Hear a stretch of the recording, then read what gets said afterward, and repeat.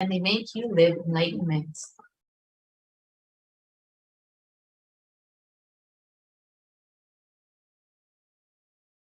Only an avatar can decode the Akashic readings, as the avatar of Paramashiva, the supreme pontiff of Hinduism, has graced humanity with the blessings and darshan in the form of Devi Parashakti, revealing answers to questions to the yearning of seekers as solutions, breakthroughs, and liberating humanity from pain and suffering. Any answer given by Devi Parashakti is not just an answer, but a karmic breakthrough for the receiver.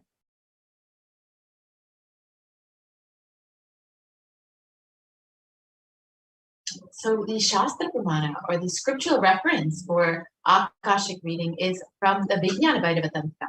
And the verse translates, Bhagavan Paramashiva says, looking at the spotless infinite etheric space, Akasha, beyond the sky and clouds, one should fix one's gaze from the third eye without blinking, continuously, and make the body and inner space steady and motionless.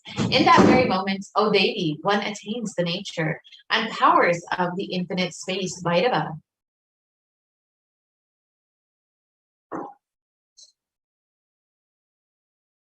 And the Apta Pramana, the reference of the powers for Akashic readings. And this is from the Mahabharata. In the Hindu Purana, the Mahabharata, it narrates that the story of the great sage Maitreyi, who reveals the secrets to Vidura, the story of his birth in human form and the reasons of all his sufferings. Sage Maitreya accessed the Akashic records and told Vidura that he was not an ordinary man, but was in fact an incarnation of Yamaraj, the Lord of Death. He was to play the part of a so-called Shudra for 100 years, being cursed by Mandukanu.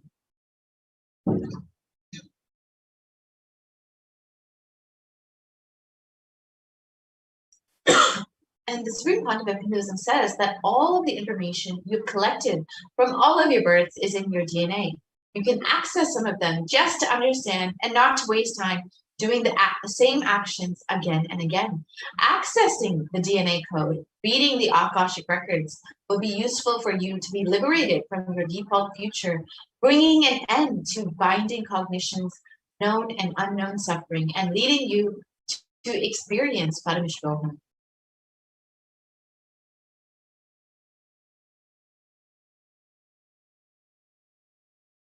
And only an avatar can alter the Akashic readings. While the initiated Balasins can view the Akashic records, it is only an avatar who can alter, edit, upgrade, and change the Akashic records.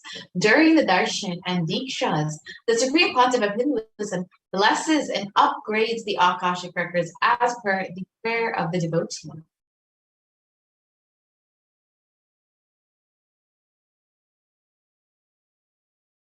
So what can you ask in the Akashic readings? You can learn the most accurate and unbiased answer to any question about your life, destiny, purpose, or any everyday part of your life. Be spiritually healed of physical and emotional problems with just a look or touch. You can understand the reasons behind your life's happenings, and you can receive blessings to fulfill your right desires. And you can ultimately get clarity to redesign your future.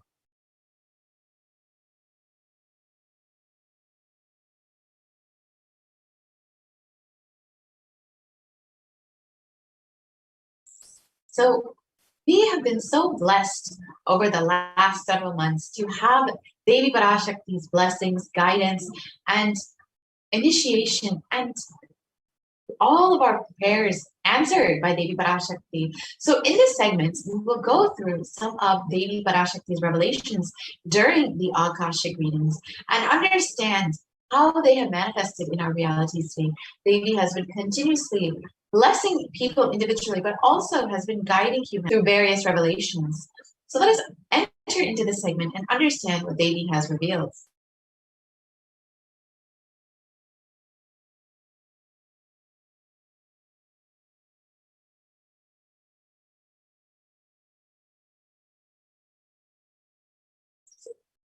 Actually, we can go to the revelations from Devi Parashakti on Padayatra. Thank you, Mom. So as we wait for those, let us understand how we can actually have all of our prayers answered by Devi Parashakti. You can ask any of your questions or prayer requests in the comments below in the YouTube comment section. And today we will be having the live Akashic readings from Devi Parashakti manifesting through the Supreme Concept of Hinduism himself. So you have the opportunity to ask all of your questions and have all of your prayers answered today. So do stay tuned. We will be having that in just a couple hours at 6 a.m. IST. So you can ask your questions on YouTube, you can ask your questions on Facebook, and you can ask your questions on Instagram, Twitter, and WhatsApp as well. So do take time and ensure that you are receiving Devi Parashakti's blessings more deeply. So if I could request the volunteer to share the slide on Padayatra.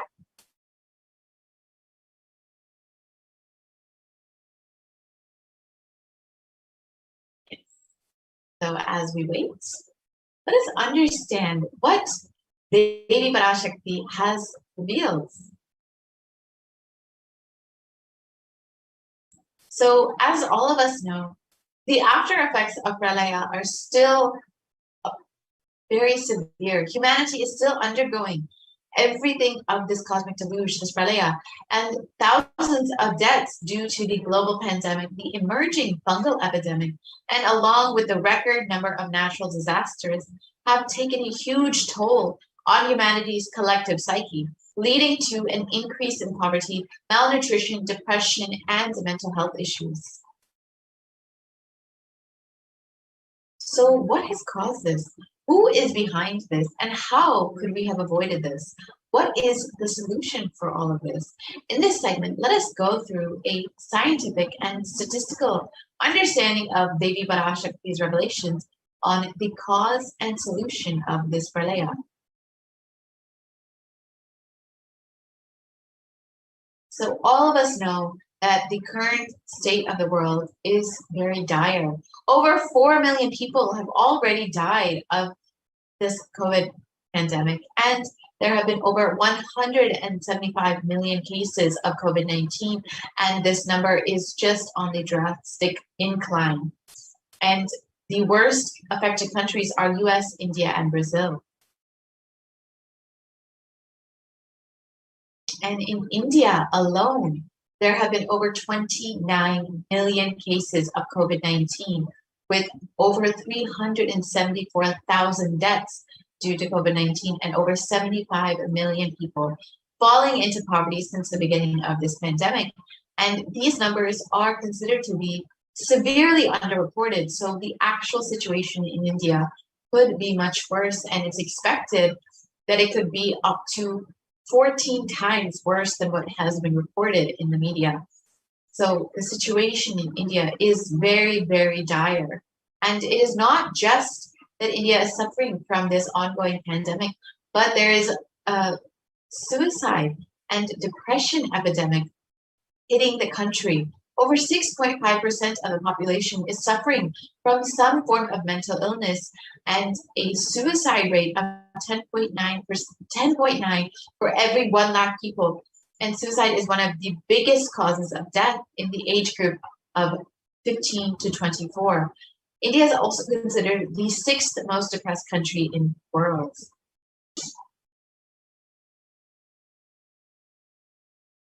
And India is not just suffering from this ongoing pandemic and the suicide epidemic, but natural disasters have been devastating the country.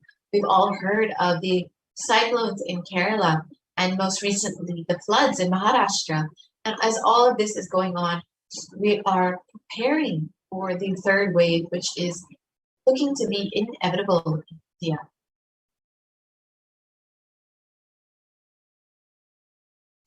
So how could we have prevented this? How could we have avoided this? Let us understand what Devi Parashakti has revealed about this.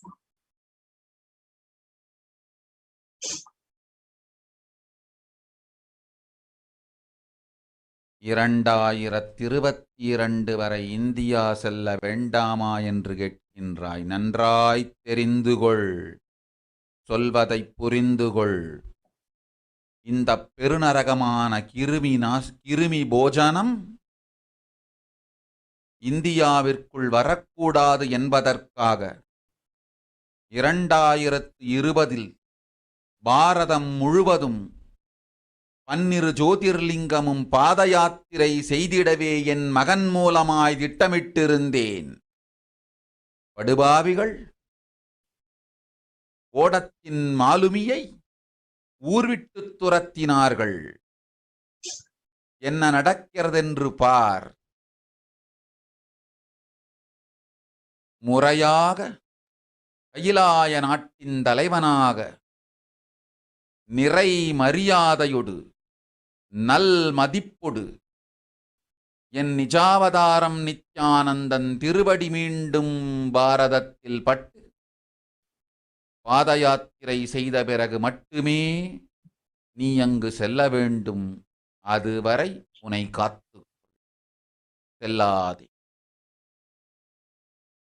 Om Om Om. So let's understand Devi Parashakti's revelations mapped into English. For this huge Kirmi Bhoshanam hell not to come to India in 2020 itself, I had planned to do the Padayatra throughout India and the 12 Jyotirlingas through my son Swamiji. They chased the captain of the ship out of the country. See what is going to happen. So let us go back to 2017 when the Supreme Concept of Hinduism revealed the vision for this Padayatra. Let's watch that video now. Want to do 1 year Padayatra specially for this purpose in 2020. 2020, planning for a full year. I'm going to walk from Rameshwaram to Amarnath. 1 year with 10,000 people, just walking all over India to spend time with people. 2020, there will not be any program other than Padayatra and just spending time with people. Just walking. Of course, 10,000 people will be walking with me. Maybe 200 vehicles to carry our food and all the other items, transportation. Enjoying the river banks, forests, and time with nature. 10,000 people manifesting powers. Walking from village to village. What do you think will happen?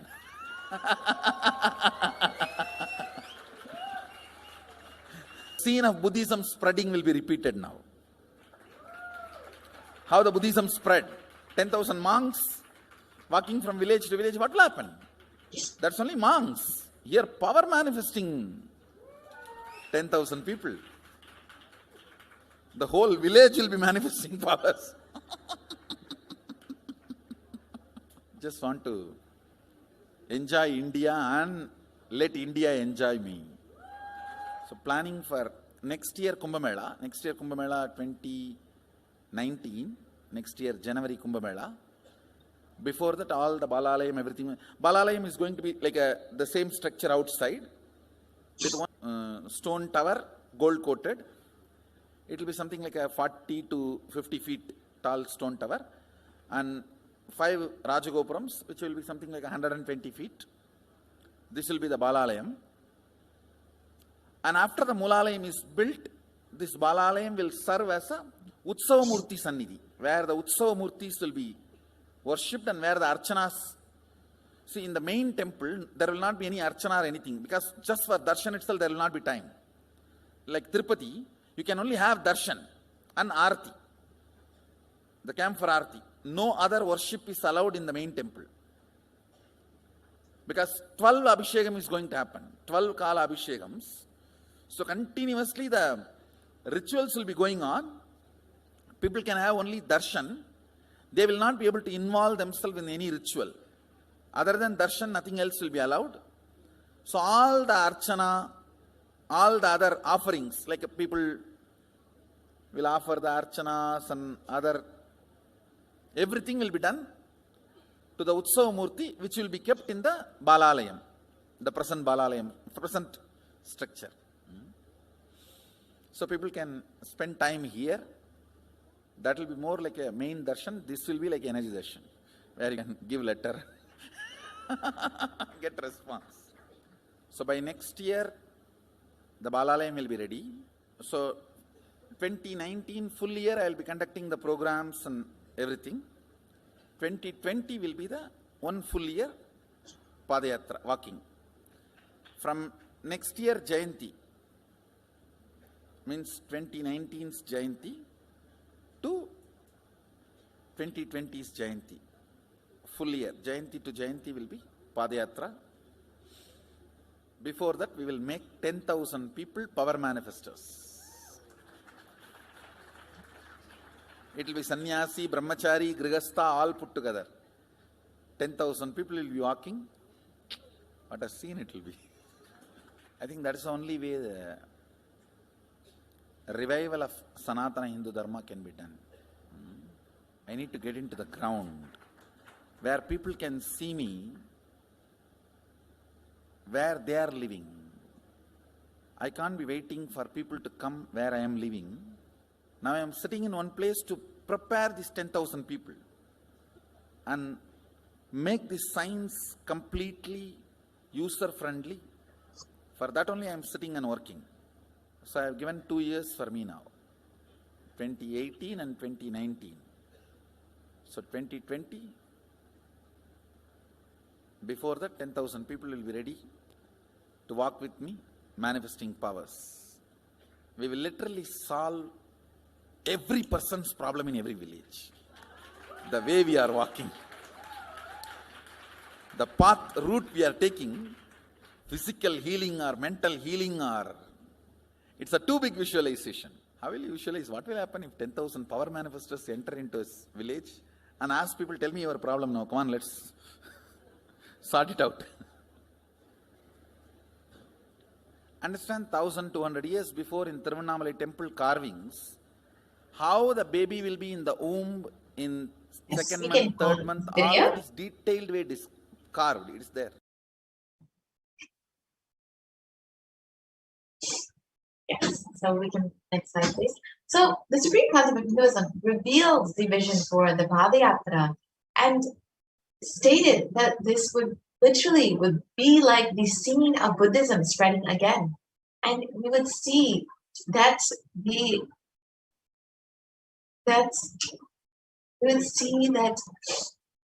literally Hinduism would be revived in India once again, from 10,000 people walking with the Supreme Concept of Hinduism, so people can see the Supreme Concept of Hinduism where they are and can receive his blessings and solutions for every problem. So since the age of 10, the Supreme Concept of Hinduism has been enriching people and preparing them for this Padayatra to save them from this pralaya and to ultimately give them the experience of super consciousness.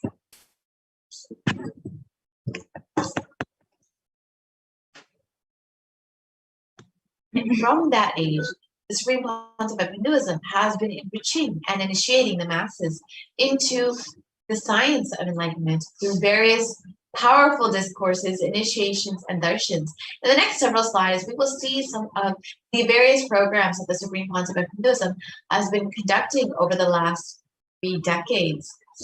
First, in Vellore, Tamil Nadu, the Miracles of Existence program.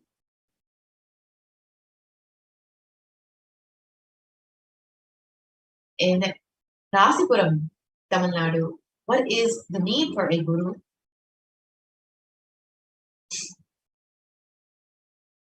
In Namakkal, Tamil Nadu, Society is Nothing But Your Mind program.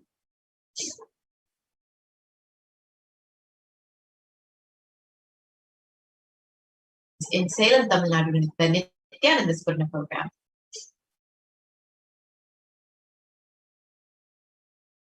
And the Nithyanandam program in Adi Kailasha Sadhya Pita. each of these photos, you can see how many thousands of people were in attendance, how many people from different backgrounds were in attendance, and the birth star celebrations in Tiruvannamalai, Tamil Nadu.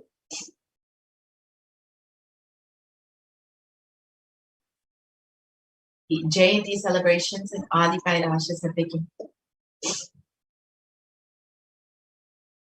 Jayanti celebrations in Tiruvannamalai.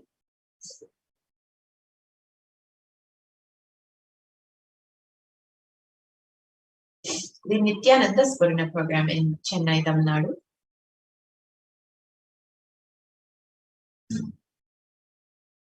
The Guru Purnima celebrations in Adi Kailasha Satviki.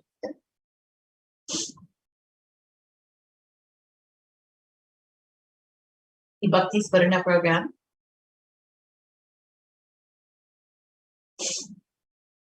The Dhyana Spurna program.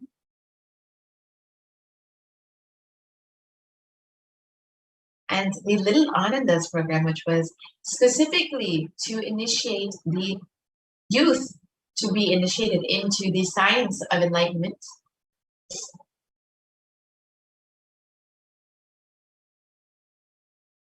And the Saptayagam, which was conducted in Salem, Tamil Nadu. The Saptayagam was a series of homas conducted by the Supreme Pontiff of Hinduism, which we'll see in the next several photos. And Supreme Pontiff of Hinduism not only conducted the homas, but also guided 1,008 other people, other disciples, to performing the same homas. You can see the photos of the Supreme Pontiff of Hinduism performing the homas. And this was a huge offering to humanity to bring peace and auspiciousness to humanity. And here you can see the Supreme Pontiff of Hinduism blessing people, guiding people into these various homas.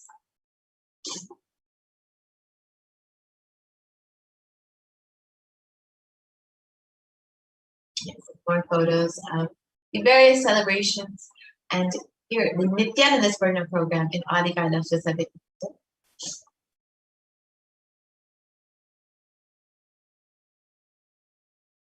And the Nithyananda Paramashivam program in Salem, Tamil Nadu. And all of these programs, the Supreme Pontiff of Hinduism was tirelessly working to reach every individual, to bring the science of enlightenment to the world, and to ensure that people are able to survive this pralaya and to ultimately have the superconscious breakthrough for which the avatar himself has taken the advent onto earth. However, the anti-Hindu elements have made it nearly impossible to do the re-energizing process by driving the Supreme Pontiff of Hinduism out of India.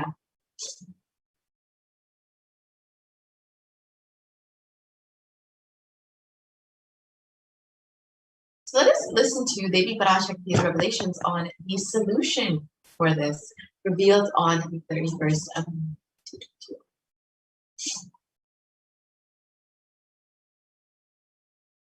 2022 வரை India செல்ல வேண்டாமா என்று கேட்கின்றாய். நன்றாய்த் தெரிந்துகொள், சொல்வதைப் புரிந்துகொள். இந்த பெருநரகமான கிருமி போஜனம்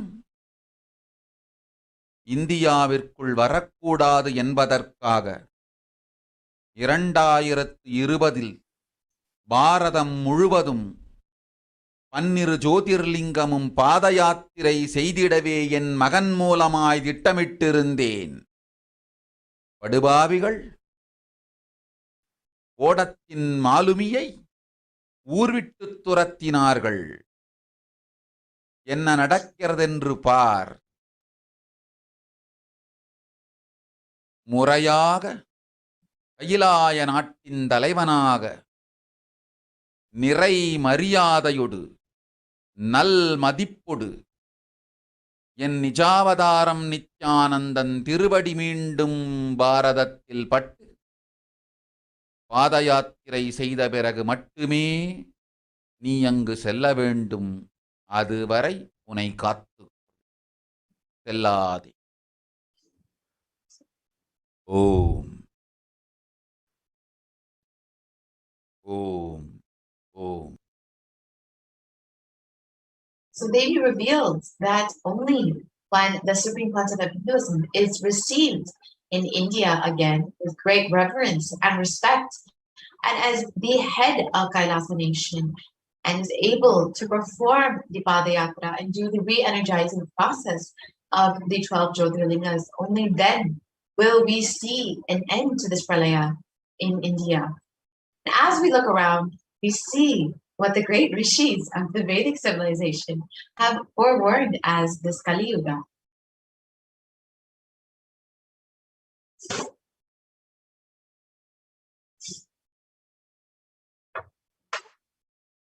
And it's that the Kali Yuga is the worst of all the 4 yugas, where man will be his own worst enemy.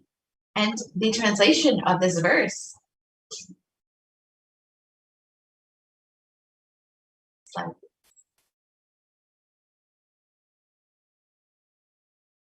translation of this verse states that this Kali Yuga is the worst of the 4 yugas. In all the worlds, people are sinful and forget the dharma of the 4 varanas and the 4 ashramas. In fact, men are so sinful that no prescribed penance atones for their great sins. The only place which is free from such sins is the great sacred city of Varanasi, the Mahapuri.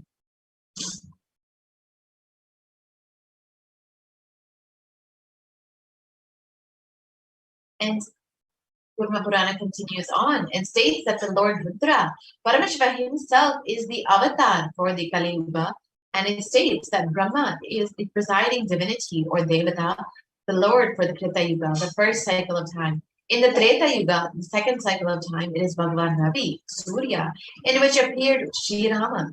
The Dvapara Yuga, the third cycle of time, the presiding divinity is Vishnu, and in the Kali Yuga, the fourth cycle of time, the current age, the presiding divinity, the avatar is Rudra, Lord Maheshwara, Mahasadashva himself.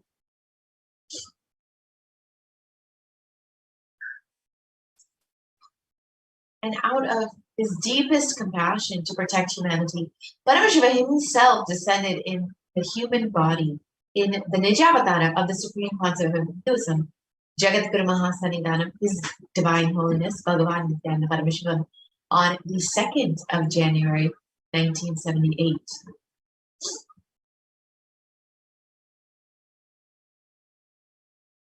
And if Paramashiva himself, the Supreme Concept of Hinduism, had waited even one more year to take the human form, it would have been too late for humanity. 1979 would have been too late. So let us watch that video and understand what this exactly means in the words of the Supreme Concept of Hinduism itself.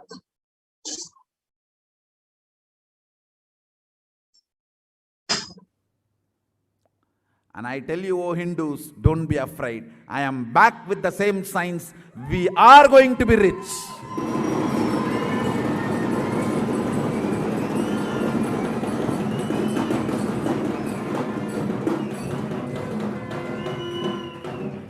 It is not lost. Just the last minute climax. Before it was going to be put off, I've happened.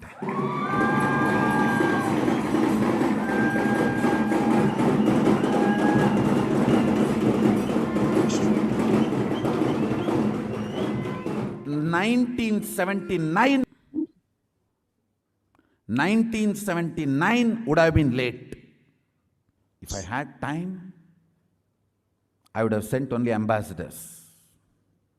Because no time, I have to get up and come directly.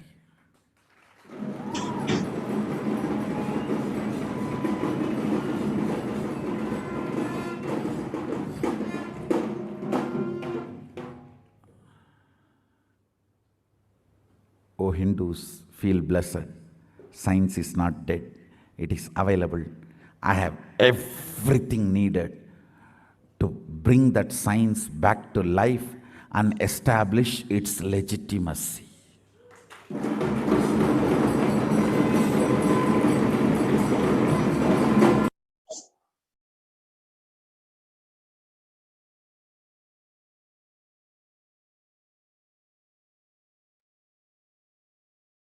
And the avatar's advent onto planet Earth was to protect the world from this great cosmic deluge, to bring the new age, the Satya Yuga.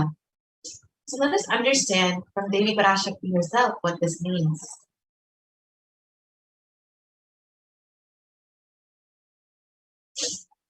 ஓம் ஓம் ஓம் உலக மக்களே கேளுங்கள்.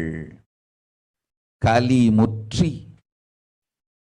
கலி கழிந்து புதுயுகம் சத்தியயுகம் புறப்பட வேண்டிய காலம் வந்ததனால் வந்திருக்கின்றது இந்த பெரும் பிரளயம்.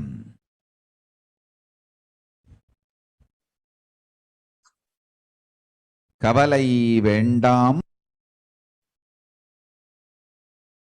மக்களே.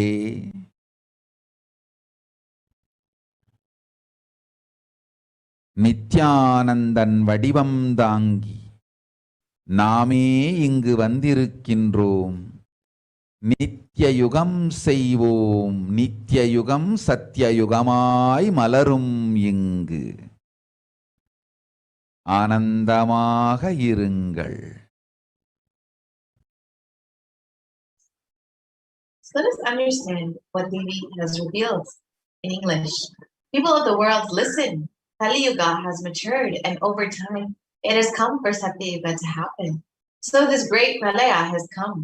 Don't worry, people. In the form of Nithyananda, I myself have come here. I will make Nitya Yuga. Nitya Yuga will blossom as Satya Yuga. Be blissful.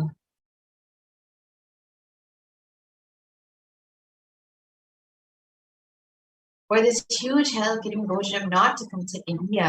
2020, I had planned to do the Padayatra throughout India in the 12 Jyotirlingas through my son Swamiji. In order to prepare for this, the avatar began the Padayatra at the mere age of 10. And the Supreme Concept of Buddhism began enriching people, one person at a time, with the truths from the sacred, the secrets of higher living.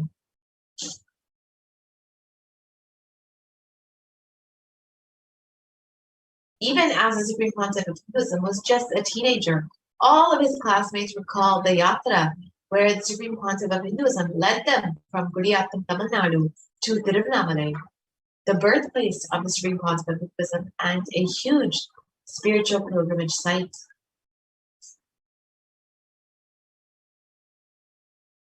And when the Supreme Concept of Hinduism was just 19 years old, all the monks at the Ramakrishna Math recalled the yatra where the Supreme Concept of Hinduism led them from Chennai to Tiruvannamalai and gave them an unforgettable pilgrimage trip experience. And the Supreme Concept of Hinduism continued walking the length and breadth of India, reaching more and more people and preparing each one until the Supreme Concept of Hinduism founded the international mission, the Nithyananda Sangha, to revive Kailasa internationally on the 31st of December, 1999. And the Supreme Concept of Hinduism established the very first Kailasa enlightenment in Tiruchendur, Tamil Nadu on the 14th of 2001. And here you can see the photo of the inauguration day, when the Supreme Concept of Hinduism was just 23 years old.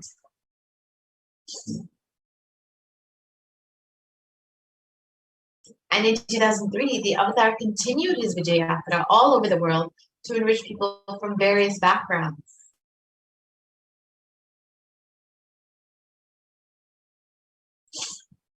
And with the Supreme Concept of Hinduism's intensity and dedication for the people, even among crowds where thousands did not understand English, the Supreme Concept of Hinduism's voice resonated deeply and moved each one to tears.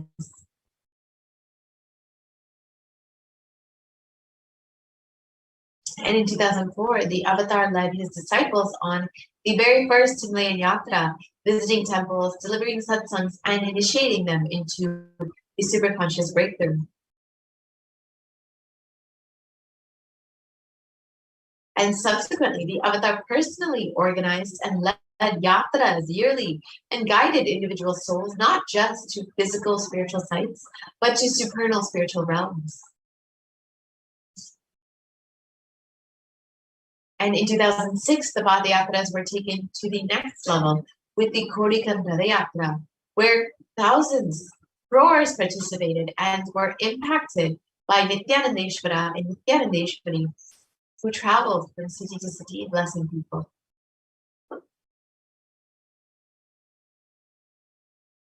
So let us watch a short video of the Kodikan Padayatra in 2006.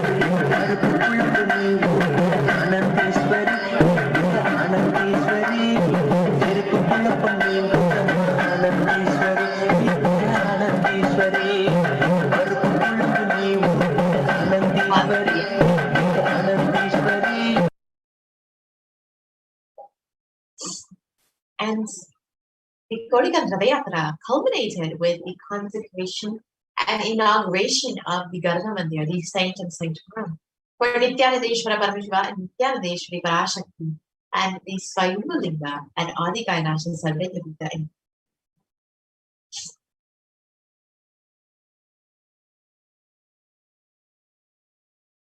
And the deities were energized as Akchavataras to radiate the energy of Paramashiva and Parashakti to create the Adi Kailasha Sarvetavita as a ship to save humanity from this upcoming Pralaya.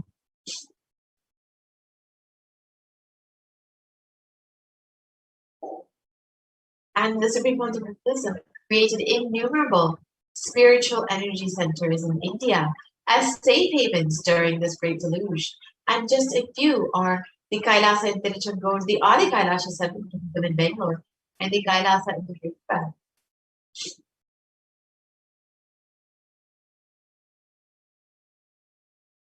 And in 2008, the Avatar created and energized the Nithyananda River, the Anandalingam, which would protect anyone who bathes in its waters from the deadly COVID-19 disease. Let us watch a short video of the Supreme Pontiff performing Abhishekam for this Anandalingam. जनमस्सहस्राक्षाय च शतधन्मने जनमो गिरिशाय विष्टाय जनमो मीढुष्टमाय च शुमते जनमो स्रस्वाय च वामनाय जनमो बृहते च वर्षीयते जनमो वृद्धाय च संवृद्धने जनमो अग्र्याय च प्रथमाय जनम आशवे च जिराय च नमः शीघ्रियाय च शीभ्याय च नम ऊर्म्याय च वस्वन्याय च नमः स्रोतस्याय च दीप्याय च नमो ज्येष्ठाय च कनिष्ठाय च नमः पूर्वजाय च परजाय च नमो मध्यमाय च पगल्भाय च नमो च घन्याय च बुद्ध्याय च नमः सोभ्याय च प्रतिसर्याय च नमो याम्याय च क्षेम्याय च नमः उर्वर्याय च खल्याय च नमः श्रोप्याय च वसान्याय च नमो वन्याय च कक्ष्याय च नमः श्रवाय च प्रतिश्रवाय च नमः आशुषेणाय च आशुरथाय च नमः शूराय च अवभिन्दते च नमो वर्मिणे च वरुथिने च नमो बिल्मिने च कवचिने च नमः श्रुताय च श्रुतसेनाय च नमो दुन्दुभ्याय च हनन्याय च नमो धृष्णवे च प्रवृषाय च नमो दूताय च प्रहिताय च नमो निषङ्गिने च शुधिमते च नमस्तीक्ष्णे च वेजायुधिने च नमस्वायुधाय च सुधन्वने च नमः श्रुत्याय च पथ्याय च नमः काट्याय च नीप्याय च नमः सूप्याय च सरस्याय च नमो नाद्याय च वैशन्ताय च नमः कूप्याय च वट्याय च नमो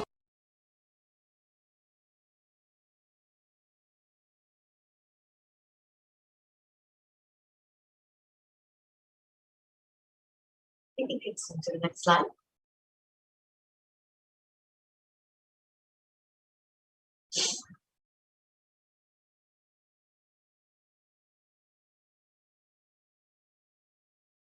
Yes, we can move to the next slide, please.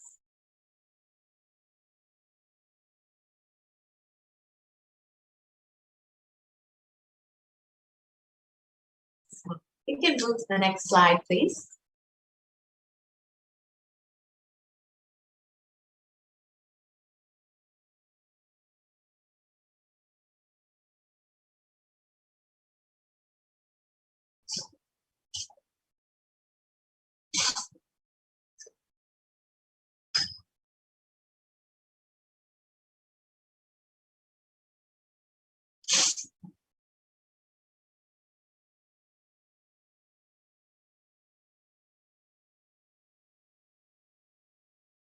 Yes, ma'am. We can move to the next slide, please.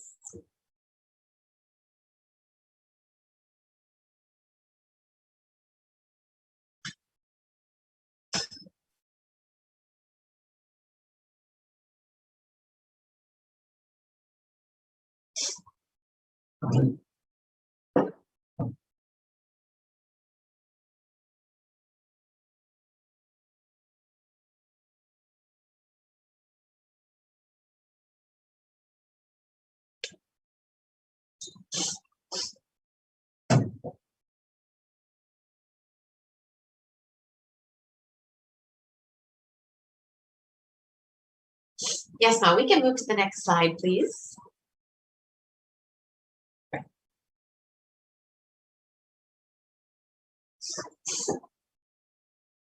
Sorry for the technical glitch. So, the Supreme Concept of Buddhism energized the Nithyananda Vaidya River with the Navabhashana Anandalingam, which was created to ensure that people are protected during this COVID-19 pandemic. And this was created over 12 years ago, and it fully ripened to its peak energy this year in July 2020, just for the sake of healing people during this COVID-19 pandemic. And the Avatar has also done another Padayatra in 2009, another Kodika Padayatra. I could request the volunteer to project the slides for the Padayatra, the Kodika Padayatra in 2009.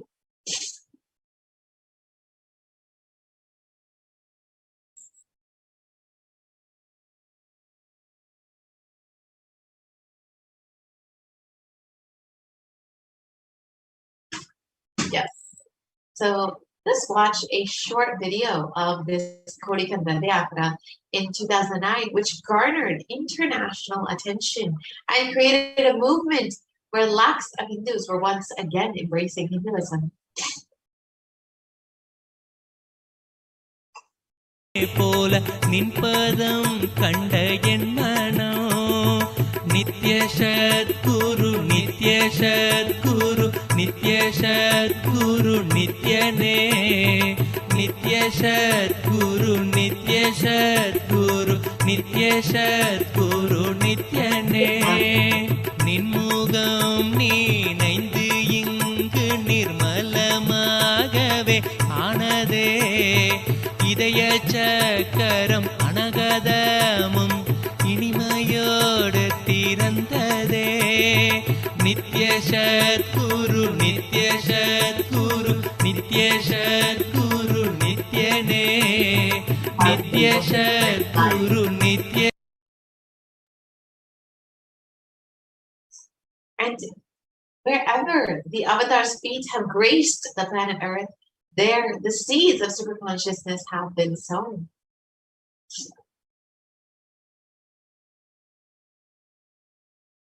And with over 1,000 plus Kailasa enlightenment ecosystems all over the world, over 1 billion people have been enriched and enriched by the Supreme Concept of Buddhism.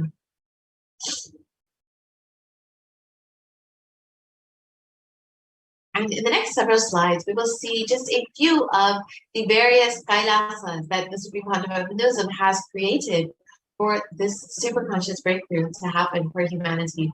The very first is the Kailasa Niro, the Adi Nithyananda Paramashivam, the very first Kailasa enlightenment ecosystem. The next is the Adi Kailasa Sattva Paramashivam in Bangalore, India.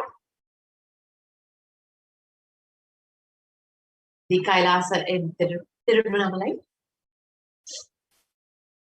The Kailasa in Columbus, Ohio. More photos of the Kailasa in Columbus, Ohio. The Kailasa in Los Angeles, California.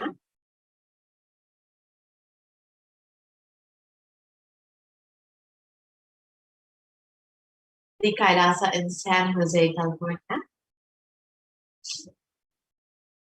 The Kailasa, again, more photos of the Kailasa in San Jose. The Kailasa in Seattle, Washington.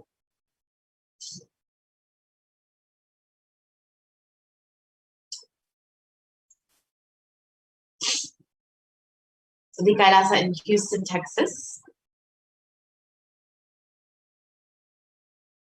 The Kailasa, again, more photos of Kailasa in Houston, Texas. The Kailasa in Charlotte, North Carolina.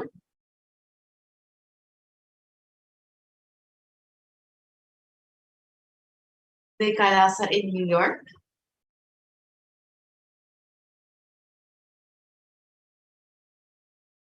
The Kailasa in Washington, D.C.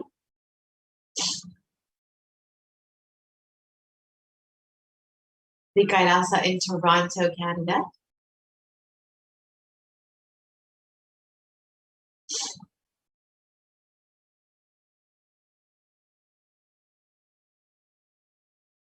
The Kailasa in Oklahoma City, Oklahoma.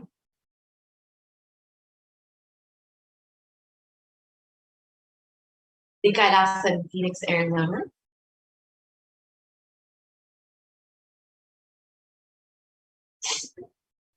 The Kailasa in St. Louis, Missouri.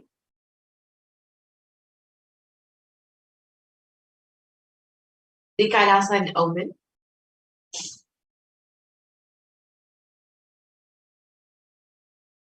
The Kailasa in Dubai. UK.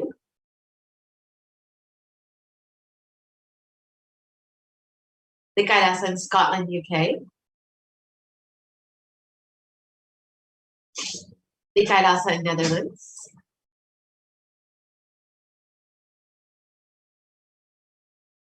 The Kailasa in Slovakia.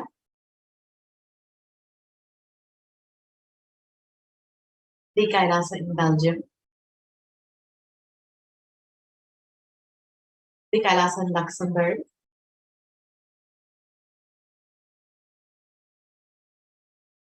The Kailasa in Austria.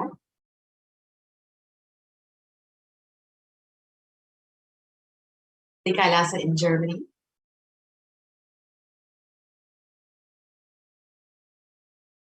The Kailasa in Italy.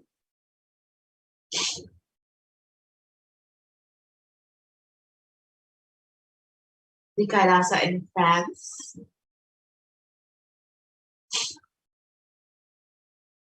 The Kailasa in Switzerland.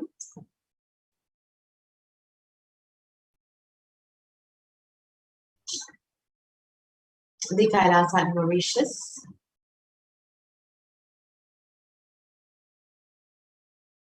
The Kailasa in South Africa.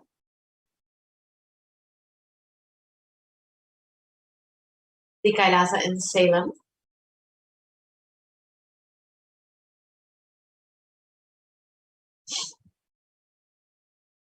The Kailasa in Hosura.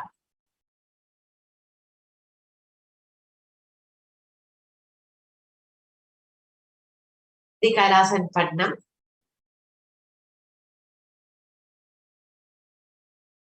The Kailasa in Varanasi. The Kailasa in Rajapalayam.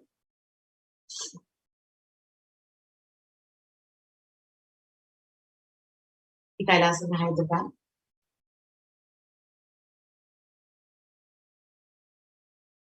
Kailas in Kerala. Go to the next slide. The Kailas in Gujarat, which is the Yogini Sattva. You can see all of these Kailasas that the Supreme Concept of Hinduism has created across the globe and various countries and various cities across the globe, just for the sake of creating these enlightenment ecosystems to ensure that humanity is able to be guided through this pralaya to bring the new age, the Sakti Yuga ultimately, and to give the super conscious breakthrough to humanity. And it is out of his deepest compassion that the Supreme Concept of Hinduism has been continuously blessing people through these various enlightenment ecosystems and has continuously been providing various programs and initiatives for helping people through this pralaya. So if you want to learn more about that, you can visit kailasa.org and learn more how you can be part of Kailasa and benefit from all of the offerings the Supreme Concept of Hinduism has given to humanity. You can sign up to become an e-Kailashian and avail all of the opportunities to experience the super conscious breakthrough for yourself. So with this, we will be concluding this portion of the program and entering into the next segment where we will understand some of the offerings made to Devi Parashakti. So we can stay tuned and understand how we can connect with Devi Parashakti more deeply, how we can receive all of the blessings from Devi herself much more deeply. So stay tuned for the next segment. We'll be right back after a very short break.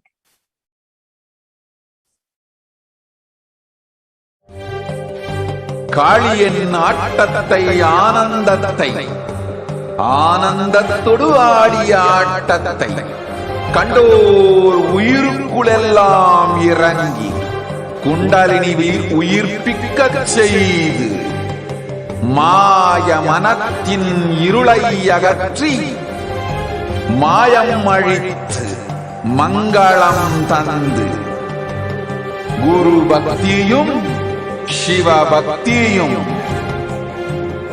Paramasiva பக்தியும் பரமசிவ சக்தியும் அளிக்கின்றேன். மனமாயை விடுத்து தத்தை பற்றுங்கள். நித்யானந்தமாய் நிஜாவதாரமாய் வந்துதித்த என்னை பற்றி வாழ்வில் எல்லா நலமும் பெற்றிடுங்கள். ஓம் ஓம் ஓம். யாதுமாகி நின்றாய் காளி, ஓம் காளி ஓம் சக்தி, ஓம் காளி ஓம் சக்தி, ஓம் சக்தி ஓம் சக்தி ஓம் சக்தி. ஓம் ஓம் ஓம் ஓம்.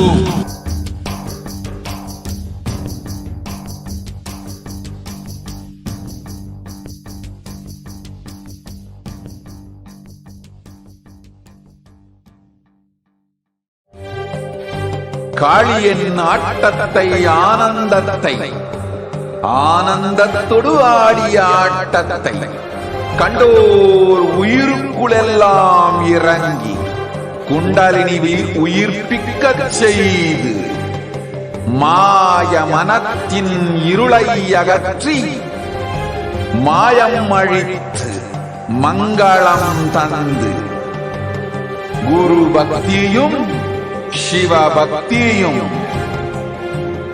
பரமசிவ பக்தியும் பரமசிவ சக்தியும் அளிக்கின்றேன். மனமாயை விடுத்து குரு பதத்தை பற்றுங்கள்.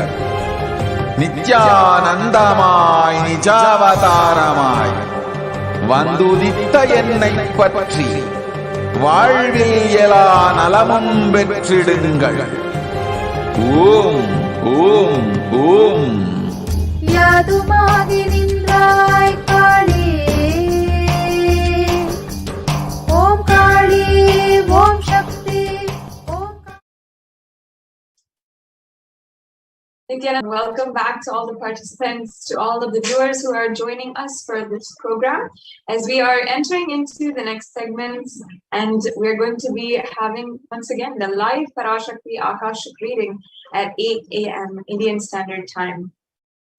And each and every one of you can experience the most beautiful, intimate, sacred space of the very cosmic womb of Devi Parashakti.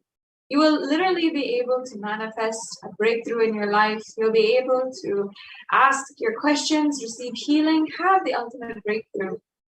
And you will see how so much in your life reveals itself to you and how you literally are able to play a part in the grand Leela of the cosmos.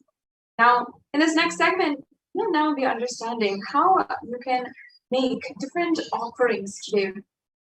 The various different offerings of that you can make to Devi Parashakti. So if I can request the slides to be shared. And once we project that, we'll get into today's segment on the various offerings that you can make for Devi Parashakti. An offering is made out of pure love and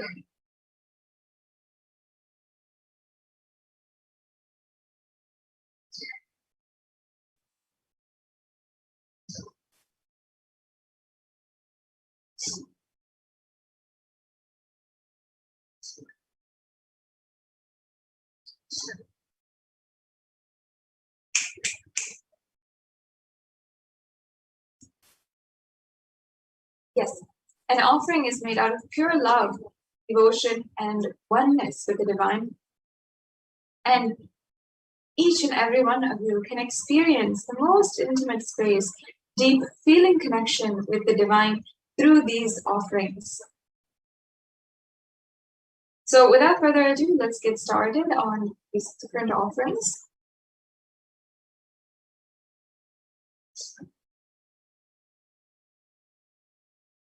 An offering is an offering of, is a giving of a divine gift out of pure love, devotion, and oneness. And it consists of two parts.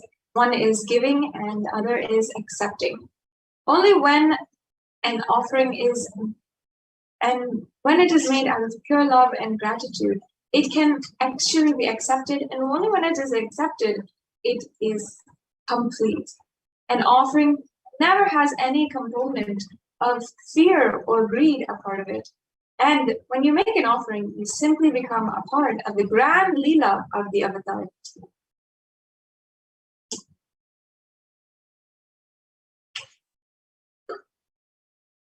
There are various different offerings that you can make today, and not just in perhaps gold offering, different kinds,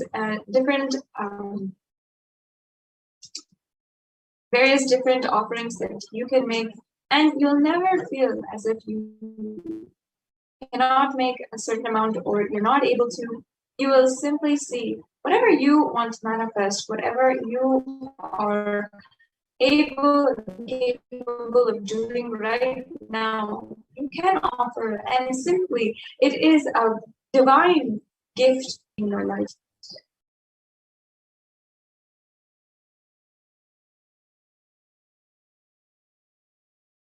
Once again, if I can request the slide share to start.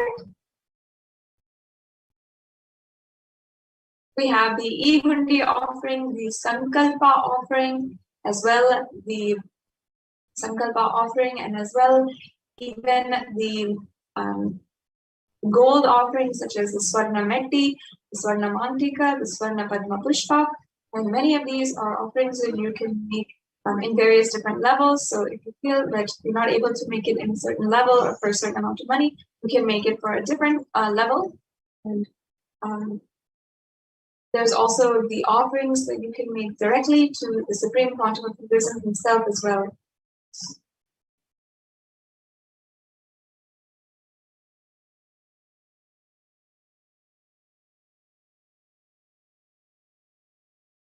Yes.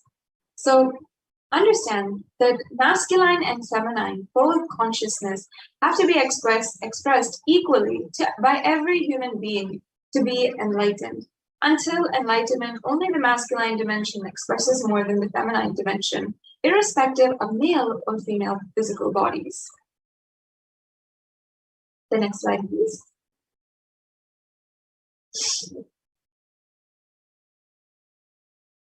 And every human being has to complete with these 5 dimensions to achieve enlightenment.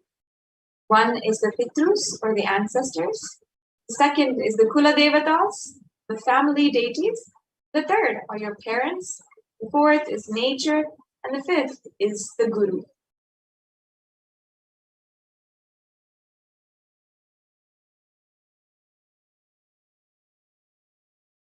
Incompletions that you might have that need to be completed are life negative and adharmic cognitions in these 5 dimensions, which leads to misconstrued karana and karya, or the cause and effect, further leading to suffering and pain and calamities in the individual and personal levels, as well as the collective and global levels.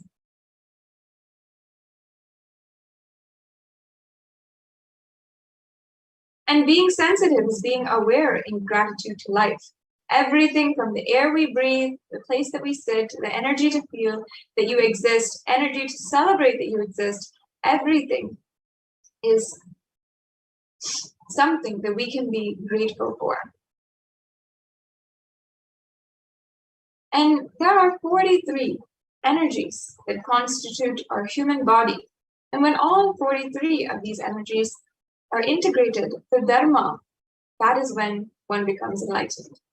Dharma, or the cosmic motherly completion and sensitivity from the level of Panchabhutas, is the core principle of the cosmos. And as you can see here, we have a photograph of the Sri Meru, which is the 3-dimensional representation of the Brahmanda Yoni, the feminine consciousness. Each corner of this Sri Meru is one of those representative of those 43 energies. And in the Sri Vidya Puja, we are worshipping each and every one of those 43 different triangles that make up the Sri Meru, or the Sri Chakra. That is a very beautiful aspect and science inside of the sacred feminine worship from Sanatana Hindu Dharma.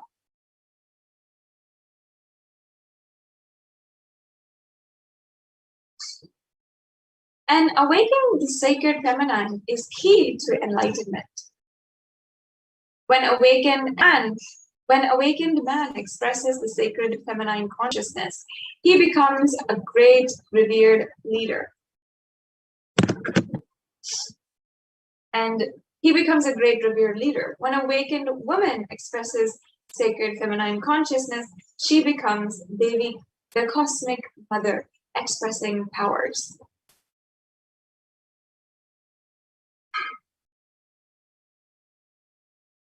And the key to awakening sacred feminine consciousness is conscious sovereignty.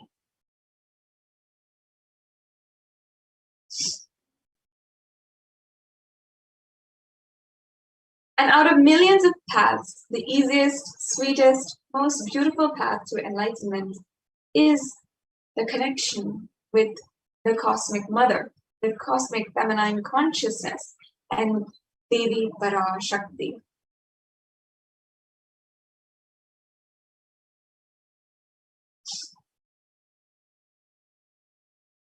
She is the one who expresses as the Guru all gods and all manifestations in the universe. She can straightaway deliver enlightenment by connecting through the cosmic umbilical cord.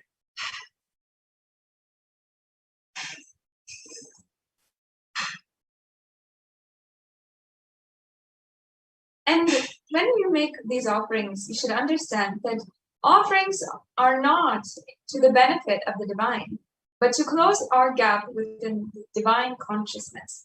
When we achieve completion with the Divine Mother, her infinite powers with her sweet grace starts nourishing all our dimensions through the cosmic umbilical cord.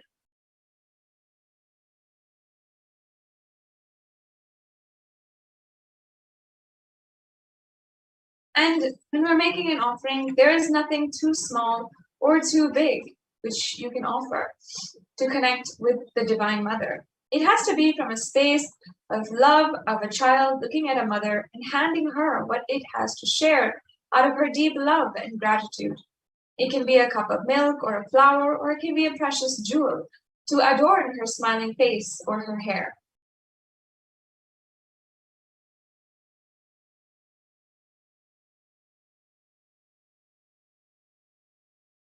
And Vedic rishis have clearly stated the techniques to connect with sacred feminine consciousness, to awaken the same qualities in us. One can connect with Paramashiva through oneness, but with Divine Cosmic Mother, it is only by worshipping her feet with devotion.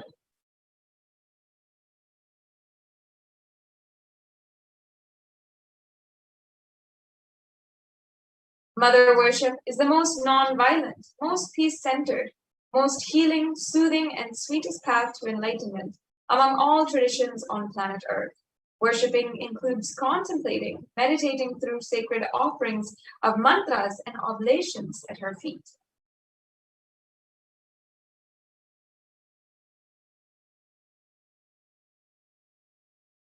Mother worship is the most non-violent, once again, most peace-centered, sweetest path to enlightenment. And through these offerings, I invite each and every one of you to experience that sacred space of non-violence, peace, healing, soothing, and sweet connection to Devi Parashakti.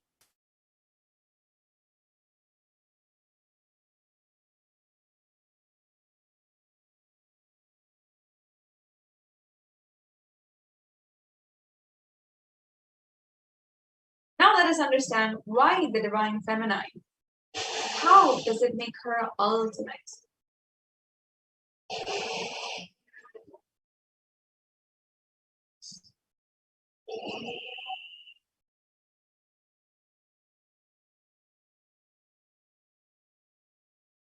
And here's a beautiful verse from the Rig Veda. And if you just see, we'll go on into the English translation.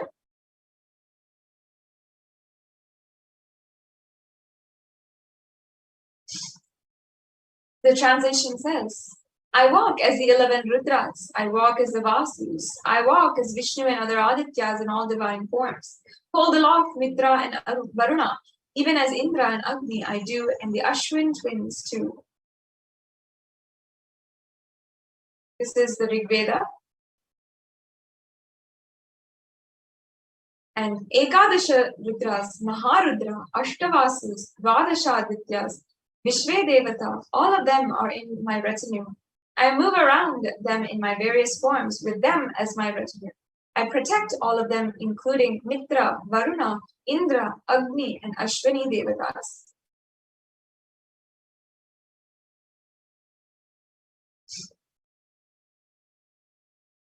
Devi herself declares as the inner self of all gods, divine energies.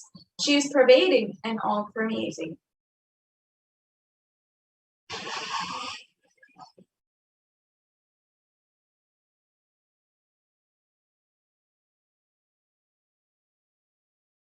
Now we'll go into the various different offerings to Devi Parashakti.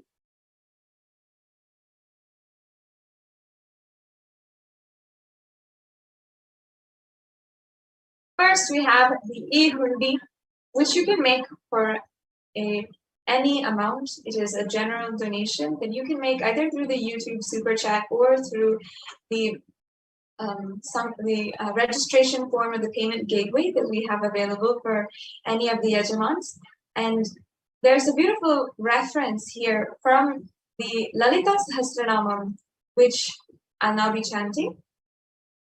Bhakti Priya, Bhakti Gamya, Bhakti Vashya Bhayapaha, Shambhavi Sharadaradya, Sharvani Sharmadaini.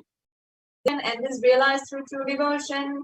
She can be won over through true devotion, and she removes all fears.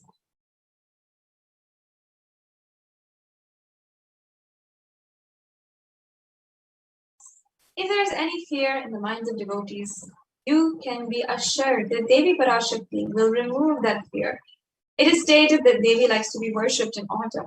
Here it is meant that autumn of our lives, when thoughts turn more inwards, the role of the divine is known and understood clearly. The need for Devi worship becomes stronger. And in this verse, Shambhavi is a consort of Shambhu or Lord Shiva. Sharadharadhya means worship by Sharadha. Sharvani means wife of Lord Shiva, and the Linga Purana says that Lord Shiva is called as Sharva in his earth form. Sharmadhaini means Devi who bestows happiness in devotees. So you can offer your gratitude and devotion to Devi Parashakti by offering your Kanika, and your name shall be chanted out during Jataguru. So you can offer any amount in this evenly donation, and once again, it is either through the payment gateway or through the YouTube super chat that you can make these offerings.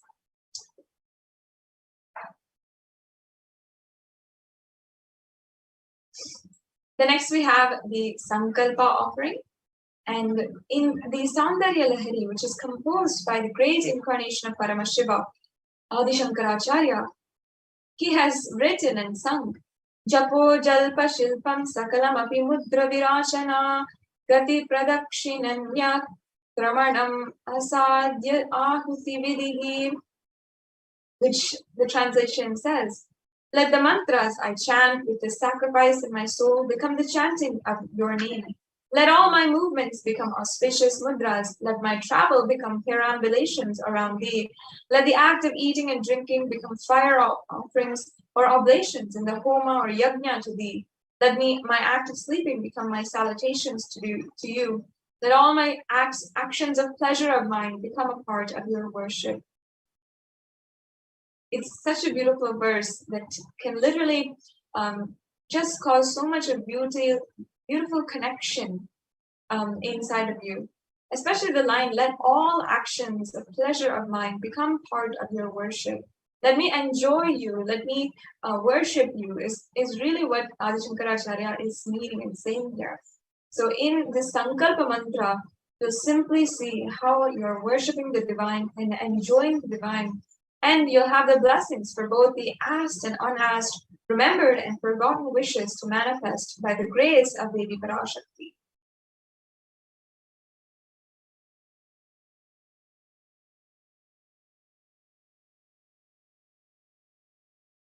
And next we have the Sahasranama Swarnakasu.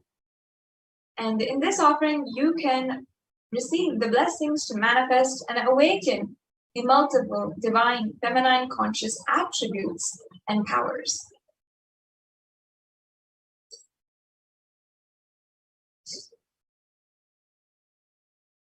The next offering is the Mukta Amuti, or the finger ring with a pearl. And here in another verse, it says, this is from Devi Suktam, verse number 30, where it says, in the English translation, I'll just be reading out.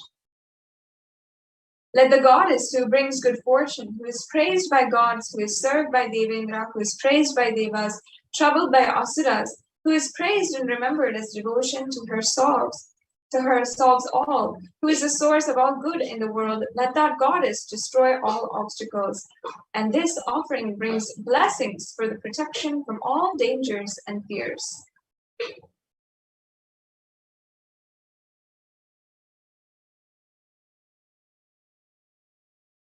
And next offering is the Swarna Padma Pushpa. And in this offering,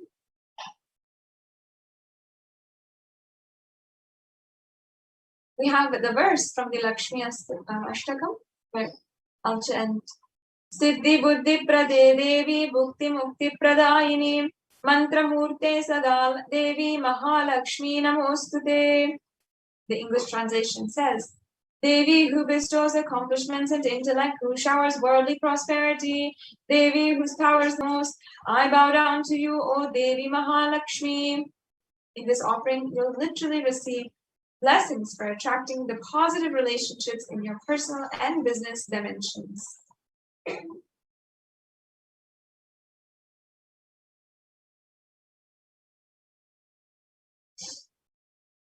The next offering is the Swarna Mekti.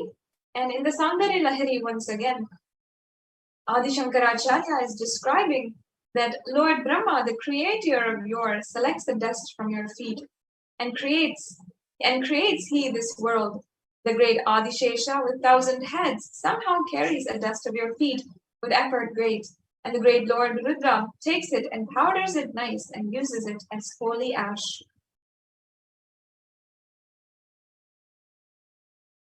So in this offering of the Swarna Mati, You will have the blessings for a life of leadership qualities by offering worship to the divine lotus feet of Devi Parashakti, achieved by even by worshipping a tiny grain of dust from her feet. The Meti is a gold toe ring to worship by adorning the divine Devi Parashakti's feet.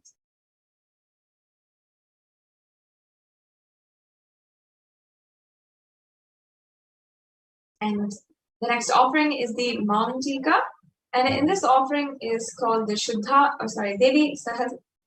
Devi Parashakti is described as Shuddha Sarvi Varshini, or she who makes the nectar flow from the Sahasrara, the crown center, to the Agnya, the third eye or the browsing center, and permeates through all 72,000 nadis or energy centers to give us the ultimate experience of the cosmos. And if you don't know Devi Parashakti, the hairline jewelry or the Mantika is the jewelry that goes from the crown center until the forehead, and it's just a gold chain that we traditionally wear. And literally, it can give you the blessings of an enlightened lifestyle.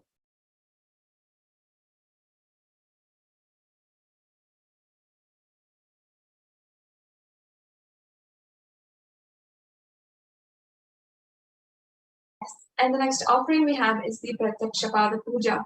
The Pratyakshapada Puja is a very sacred and special offering to the feet of the Guru. And here there's a verse from another composition of Sri Adi Shankaracharya, where he is singing Guru Ragni Padme Manaschenna Lagnam Tatakyam Tatakyam Tatakyam Tatakyam. And the entire verse translation says, my repute has traveled in all directions through my philanthropy and prowess. All the things of this world are in my hands as rewards of my virtues. Yet if one's mind be not centered upon the lotus feet of the Guru, what then? What then? What then? This offering, Devi Parashakti, is literally the Guru, or the representation of the Guru. The next slide, please.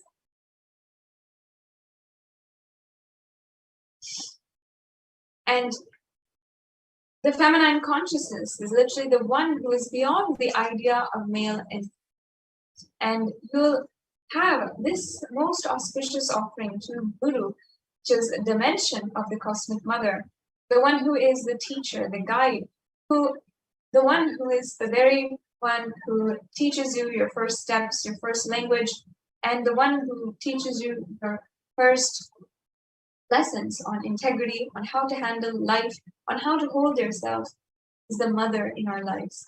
And with that same compassion, the form of Guru, Devi Parashakti, teaches us enlightenment itself. So you can offer your gratitude with this Pratyakshapada Puja, and you'll be blessed with the sweetest path to enlightenment, with the connection with it. And the next offering here is the Vastra Seva. The Vastra Seva is the offering of the clothes to the Guru, or the Guru dimension of the Cosmic Mother. And during the Pratyakshapada Puja, you'll be able to offer the Vastram offering, and it'll bestow one sweetest path to enlightenment and complete completion.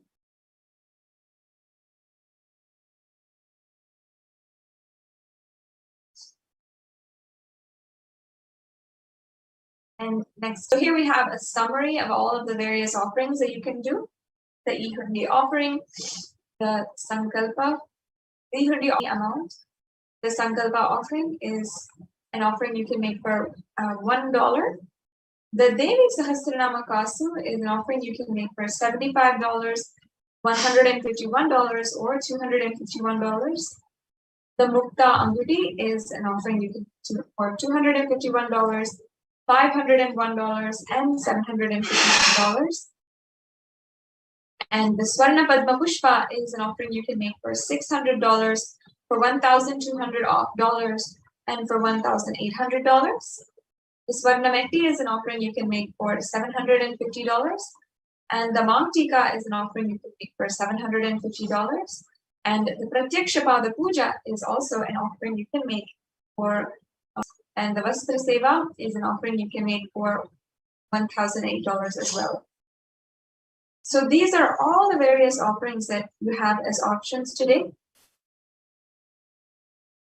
And this is the link for making an offering. If you're interested, if you'd like to make an offering right away, you can go to gateway.nithyanandeshwaran.org/NHTLA/product/Parashakti-Bhava-Darshan-Actions.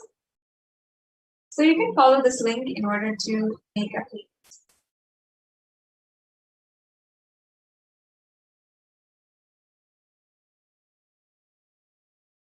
So once you follow this link, the page that you'll land on will look exactly like this. And this is a screenshot, and you can just use this as a reference in order for you to be guided and know exactly how you can. So once you're in this page, you can also see other different offerings that we have, offerings that we'll be having for Ganesha Chaturthi, as well as the upcoming festivals.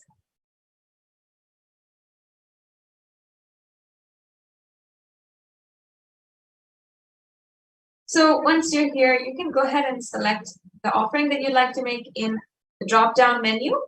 And you can select one of the offerings that you are interested and you are yearning to make as an offering of gratitude to Devi Parashakti.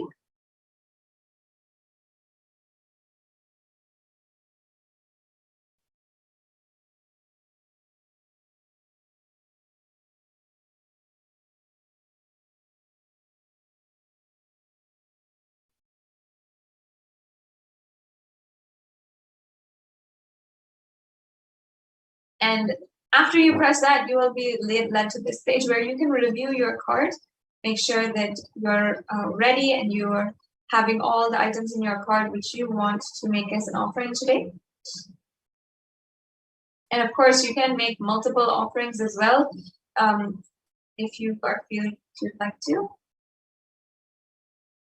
Then you can go to this page, the next page, proceed to checkout and fill out your billing details and your payment details as well. You'll be able to see where you can fill out your credit card information and also the different types of cards that are accepted by this payment gateway. So make sure you filled out all the required forms, and then you can ensure that you are as well making the payment. And that's it. For the payment gateway, you'll be able to simply make those slides.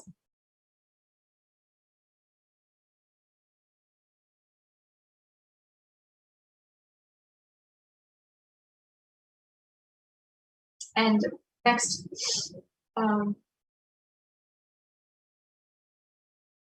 as you can see here, this is another option that we have for making a payment, which is the YouTube chat.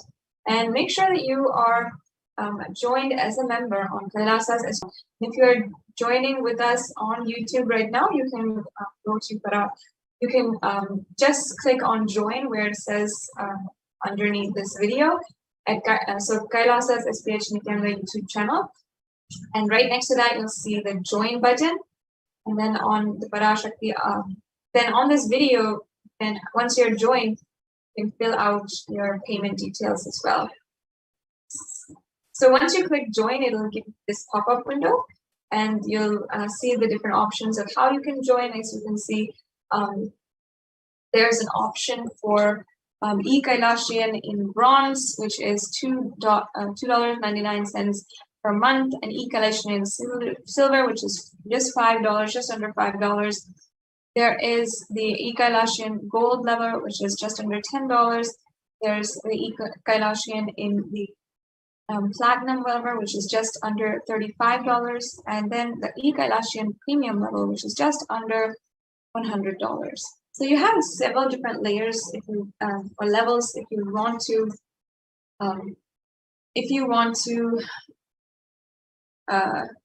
join in any of these levels, and you can become a member of the channel. And there's so many different benefits of becoming a member as well, including more than 20 access to more than 20,000 various different darshans and dikshas, as well his different even the question answer sessions from various different breakthrough mandala processes and inner awakenings, which Swamiji has done all over the world.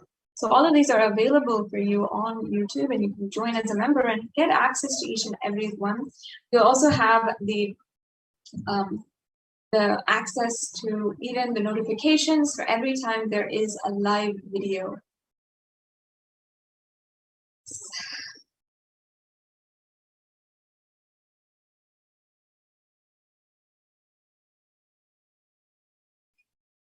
Yes. So as you can see, we have the various different ways that you can make a payment.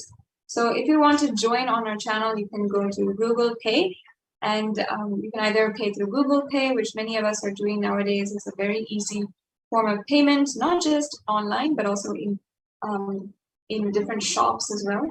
And we also have the credit card option and the PayPal option. So if you don't have any other options, and really want to make an offering today, use Google Pay or PayPal.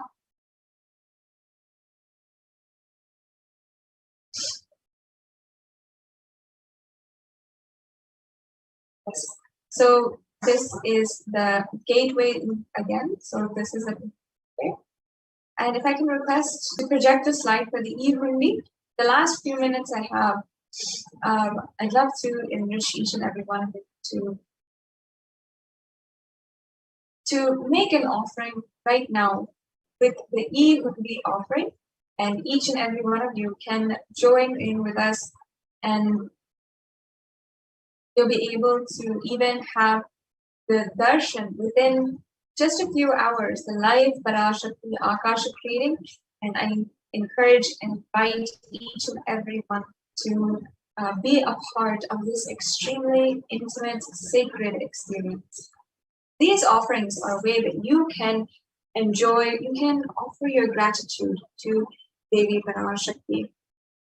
And even right now, as we are gathering on this channel, I invite each and every one of you, if you'd like to, you can go ahead and make the Hundi offerings on the YouTube Super Chat. The Super Chat is another way that you can make an offering.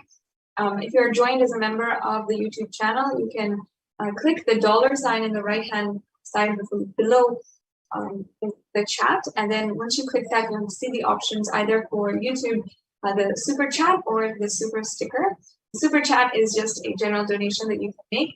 And Super Sticker is also a sticker that you can send just to show your love in the digital platform to Devi Parashakti. Of course, she is sitting just to receive the love, the devotion, and help take care of each and every one of us. So now, just within a few minutes, we will be entering into the next segment as well.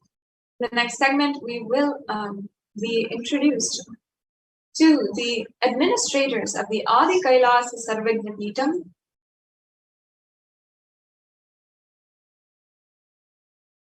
And they have been continuously working in order to ensure that the Kailasa COVID care centers in India are working and fully functioning and continuously able to make a difference in the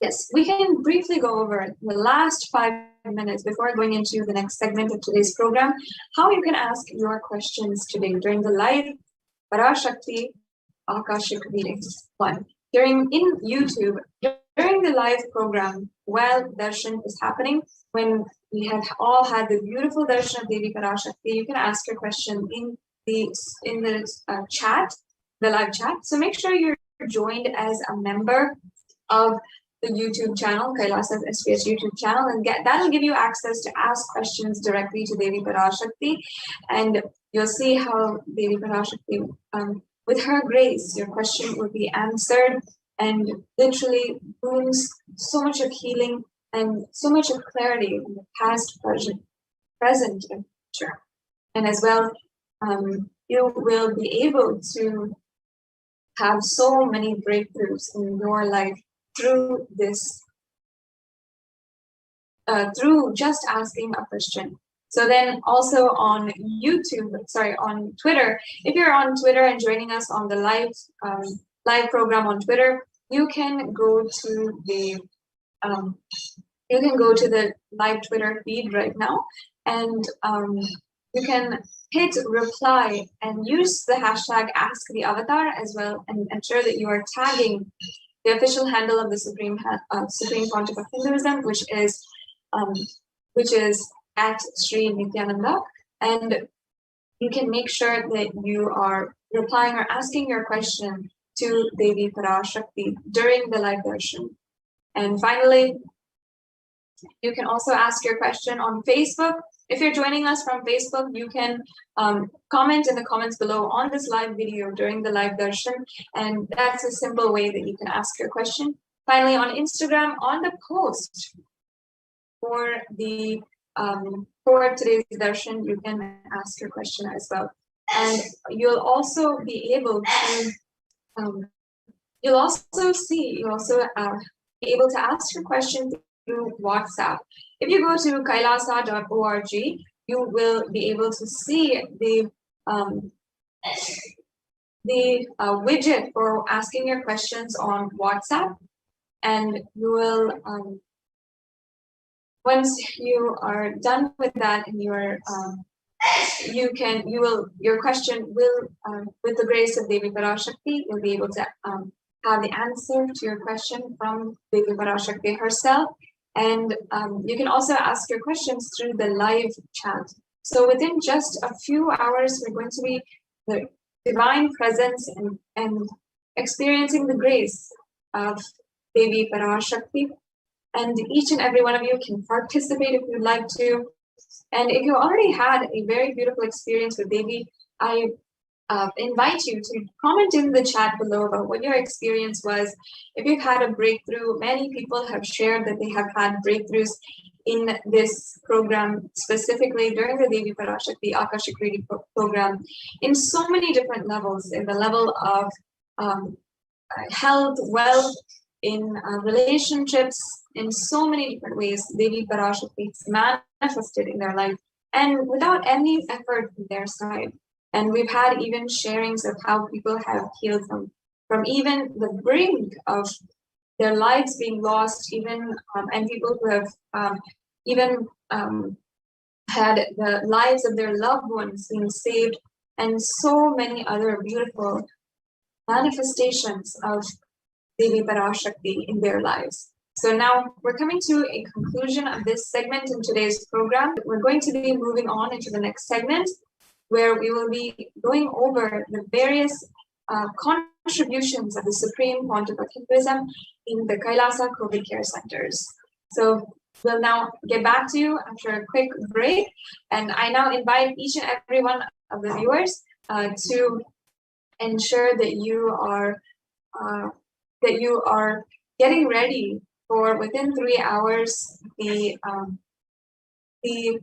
live darshan of Devi Parashakti. Make sure that you're sharing in all the social media platforms. Take a minute to share as well. And you can share on all the different social media platforms. You can inform your friends, and make sure that you are sharing and getting to know more about the Devi Parashakti Akashic reading. So, without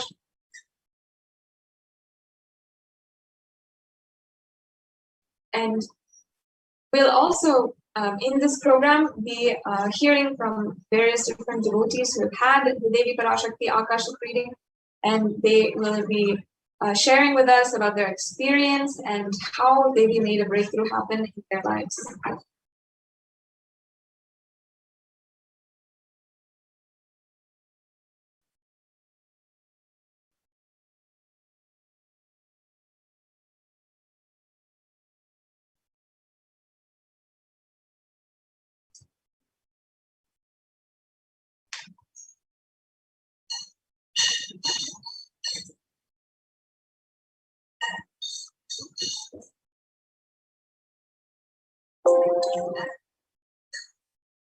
Yes. So within just a short time, we will be having the divine grace and be sitting literally in the presence of Devi Parashakti herself. I invite all of the viewers to take a few minutes right now and share with all of your friends and whomever you feel will benefit deeply from this experience, will connect deeply with the divine cosmic mother. You can invite them to this experience and invite them to ask a question during the Devi Parashakti Akashic reading. In a few short minutes, we will be moving on into the next segment of today's program after a quick break.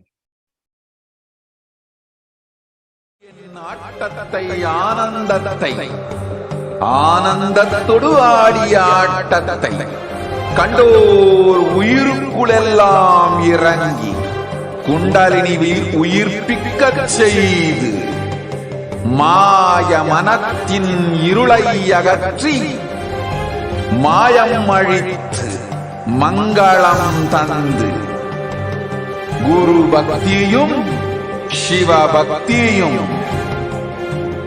Paramasiva பக்தியும் பரமசிவ சக்தியும் அளிக்கின்றேன். மனமாயை விடுத்து குரு பதத்தை பற்றுங்கள்.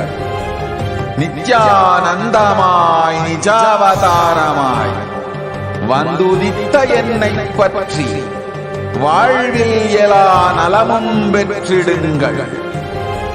ஓம் ஓம் ஓம். யாதுமாகி நின்றாய் காளி, ஓம் காளி ஓம் சக்தி, ஓம் காளி ஓம் சக்தி, ஓம் சக்தி ஓம் சக்தி ஓம் சக்தி.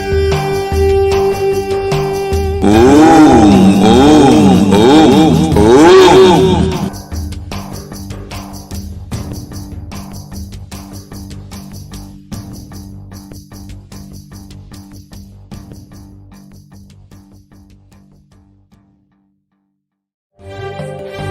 காளியின் ஆட்டத்தை ஆனந்தத்தை ஆனந்தத்தொடு ஆடிய கண்டோர் உயிருக்குளெல்லாம் இறங்கி குண்டலினிவில் உயிர்ப்பிக்கச் செய்து மாய மனத்தின் இருளை அகற்றி மாயம் அழித்து மங்களம் தந்து குரு பக்தியும் சிவ பக்தியும் பரமசிவ பக்தியும் பரமசிவ சக்தியும் அளிக்கின்றேன். மனமாயை விடுத்து குரு பதத்தை பற்றுங்கள். நித்யானந்தமாய் நிஜாவதாரமாய் வந்துதித்த என்னை பற்றி வாழ்வில் எல்லா நலமும் பெற்றிடுங்கள். ஓம் ஓம் ஓம். யாதுமாகி நின்றாய் காளி, ஓம் காளி ஓம் சக்தி, ஓம் காளி ஓம் சக்தி, ஓம் சக்தி ஓம் சக்தி ஓம் சக்தி. ஓம் ஓம் ஓம் ஓம்.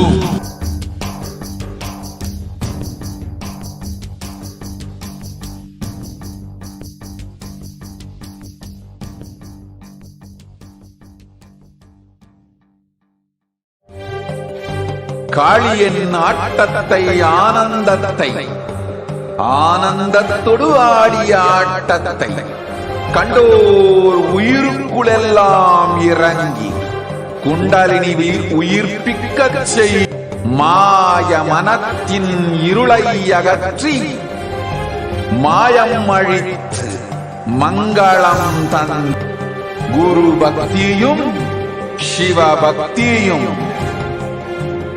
பரமசிவ பக்தியும் பரமசிவ சக்தியும் அளிக்கின்றேன்.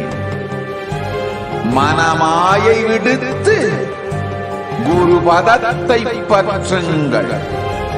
நித்யானந்தமாய் நிஜாவதாரமாய் வந்துதித்த என்னை பற்றி வாழ்வில் எல்லா நலமும் பெற்றிடுங்கள். ஓம் ஓம் ஓம். யாதுமாகி நின்றாய் காளி,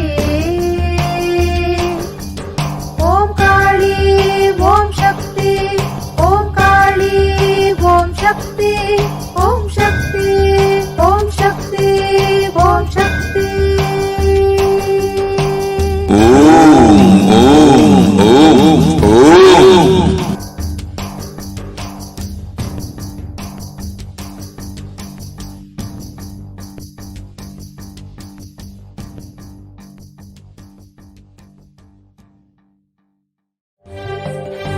காளியின் ஆட்டத்தை ஆனந்தத்தை ஆனந்தத்தொடு ஆடிய ஆட்டத்தை கண்டோர் உயிருக்குளெல்லாம் இறங்கி குண்டலினி உயிர்ப்பிக்கச் செய்து மாய மனத்தின் இருளை அகற்றி மாயம் அழித்து மங்களம் தந்து குரு பக்தியும் சிவ பக்தியும் பரமசிவ பக்தியும் பரமசிவ சக்தியும் அளிக்கின்றேன். மனமாயை விடுத்து குரு பதத்தை பற்றுங்கள். நித்யானந்தமாய் நிஜாவதாரமாய் வந்துதித்த என்னை பற்றி வாழ்வில் எல்லா நலமும் பெற்றிடுங்கள்.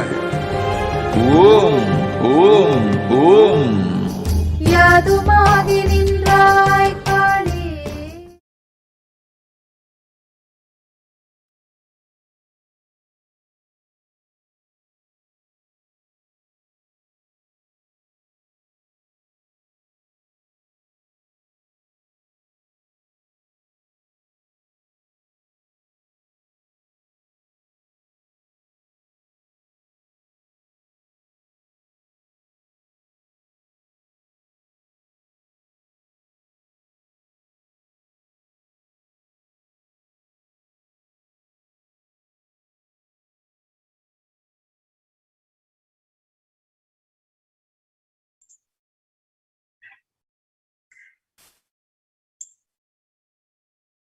Nithyanandam everyone. So welcome back to this segment, the revival of the temple ecosystems, which are now the COVID care protection centers of the Kailasa, with the blessings of the Supreme Pontiff of Hinduism. Let's chant with the Sadguru Vandanam. Paramasugadam kevalam jnanamurtim dvandvatitam gaganasadusham tattvamasyaadilaksham ekam nityam vimalamachalam sarvadi sakshibhutam bhavatitam trigunarahitam sadgurum tam namami.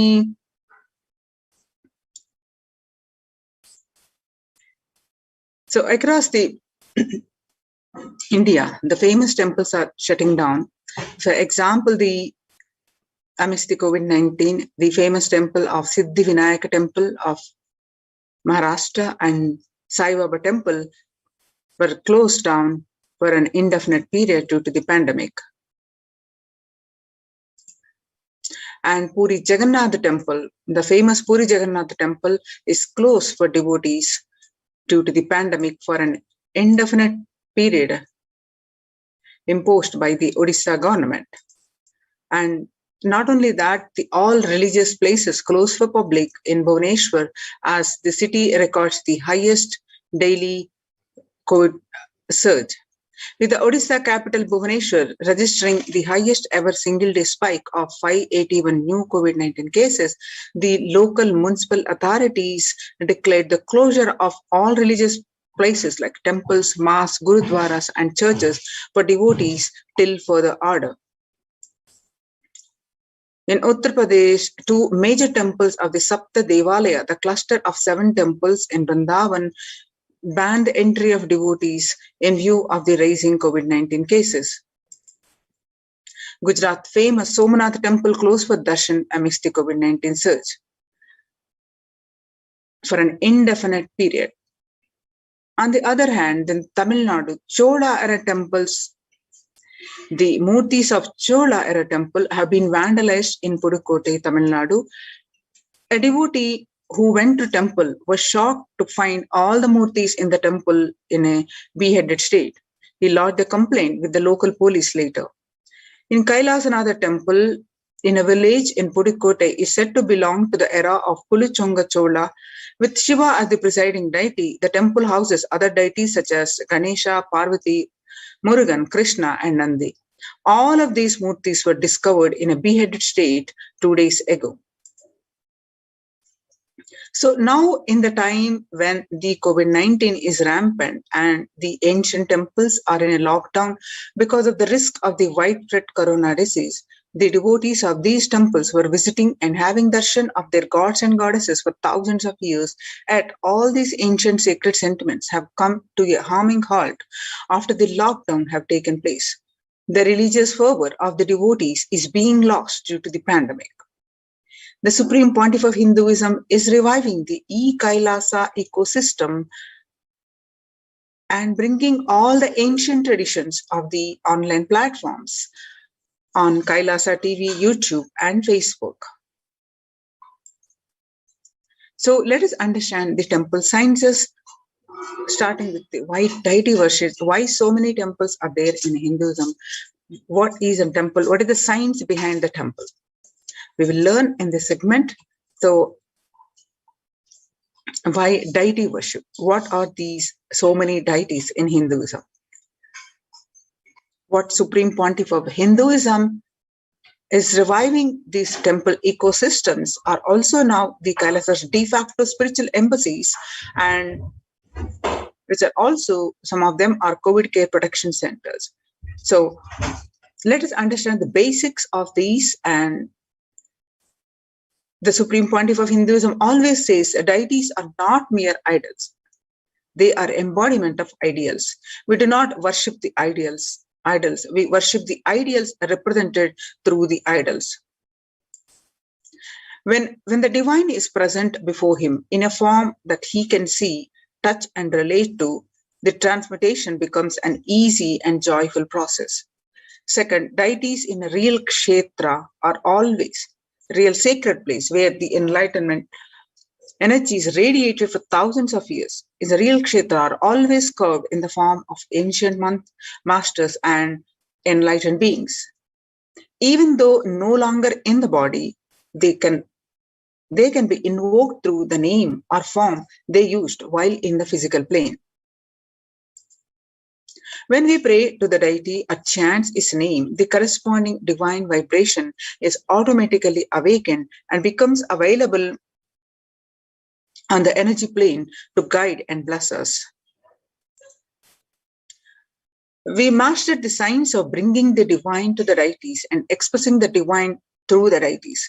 The whole science has been mastered in the Vedic tradition. The revival of temples will be the revival of world peace and world bliss. Revival of temple culture, the deity worship where people are made to look in, that is where the revival of Sanatana Dharma, the Advaita Satya is going to happen. The deities in various temples are various temples of various forms of the deities. The divine has infinite auspicious qualities, Ananta Kalyana Gunas. With those Ananta Kalyana Gunas, the divine manifests in various different forms. And Each form has got its own a special boon to give, special blessings to give to each one of us. For example, Shiva saved Markandeya from death, and that became an independent deity, Kala Kala. Same way, he danced in ecstasy, that action became Nataraja. Vishnu's very action of showering blessings on the world becomes Lakshmi. Brahma's very action of constantly sharing wisdom becomes Saraswati.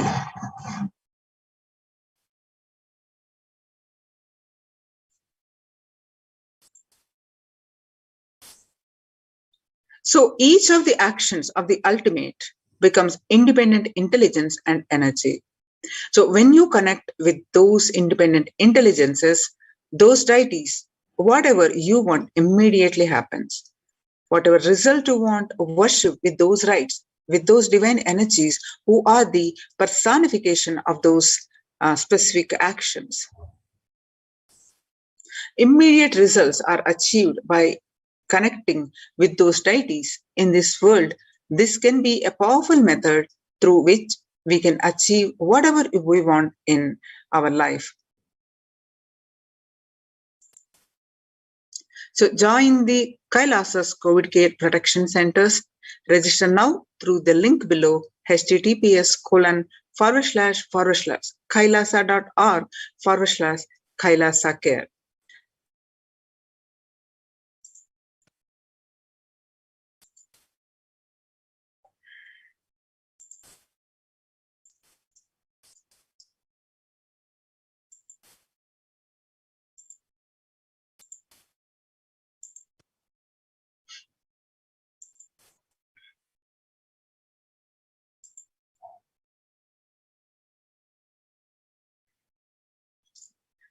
So, the Supreme Pontiff of Hinduism, over the period of 2 decades,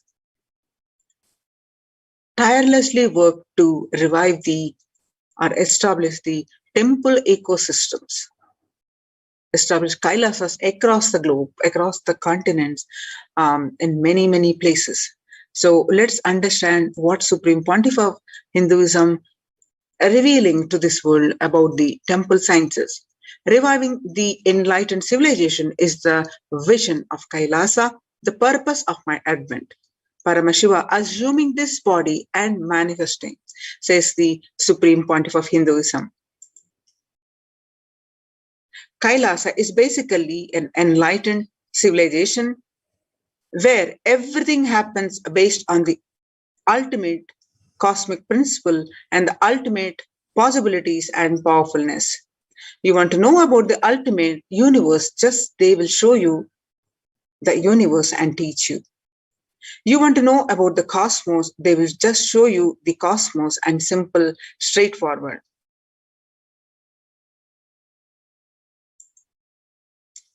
In Sanatana Hindu Dharma, we had at least 10,000 sampradayas, religions, spiritual traditions, keeping the enlightenment science alive. Understand, each Hindu sampradaya is a spiritual ecosystem created for keeping the enlightenment science alive. Every monastery, every adhinam, every unit, every mutt, every temple, every Veda Patashala, every Sarvajna Pita is a lineage sampradaya created to keep the ecosystem of spiritual enlightenment alive.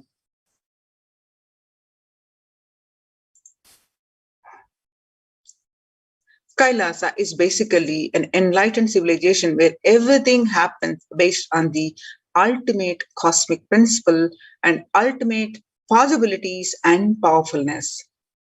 You just know about the universe, just they will show you the universe and teach you. And you just know about the cosmos, they will just show you the cosmos and simple, straightforward.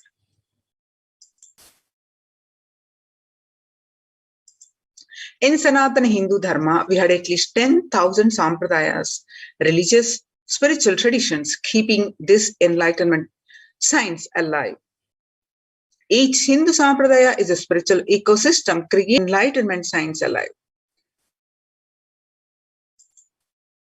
Some may be Shakta, some may be Yoga, some may be Vedanta, some may be Tantra, some may be Yoga Vedanta, some may be Yoga Shaiva, some may be Vaidika Shaiva, all kinds of permutation and combination.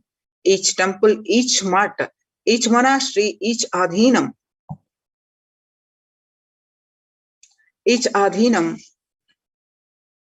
each Veda Patashala, each Sannyasa Sampradaya is a spiritual ecosystem created to keep the enlightenment science alive of that Sampradaya.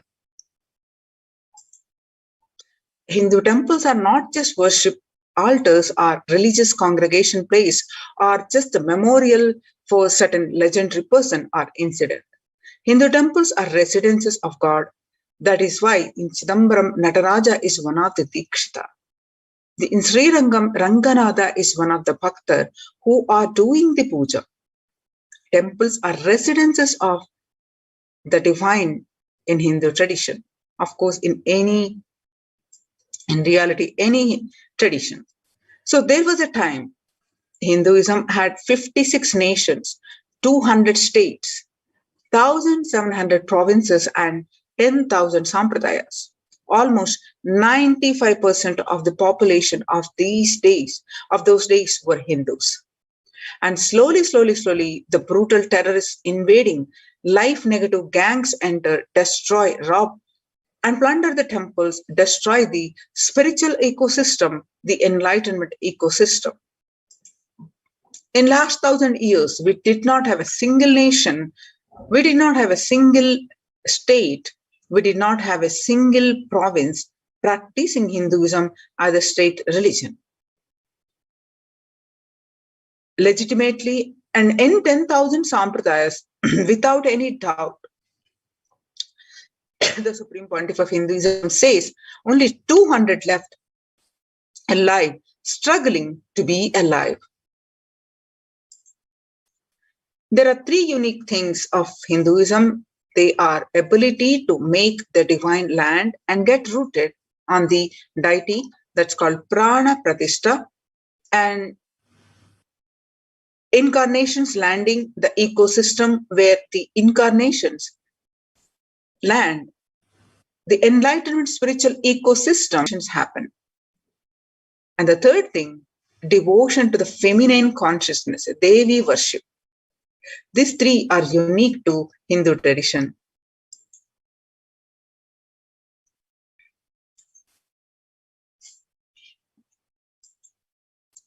The enlightenment ecosystem, Adi Kailasa, the main headquarters, like this Adi Kailasa Sarvajnapeetham, every monastery temple is an ecosystem for keeping the enlightenment science alive and flourish, which can automatically make people enlightened.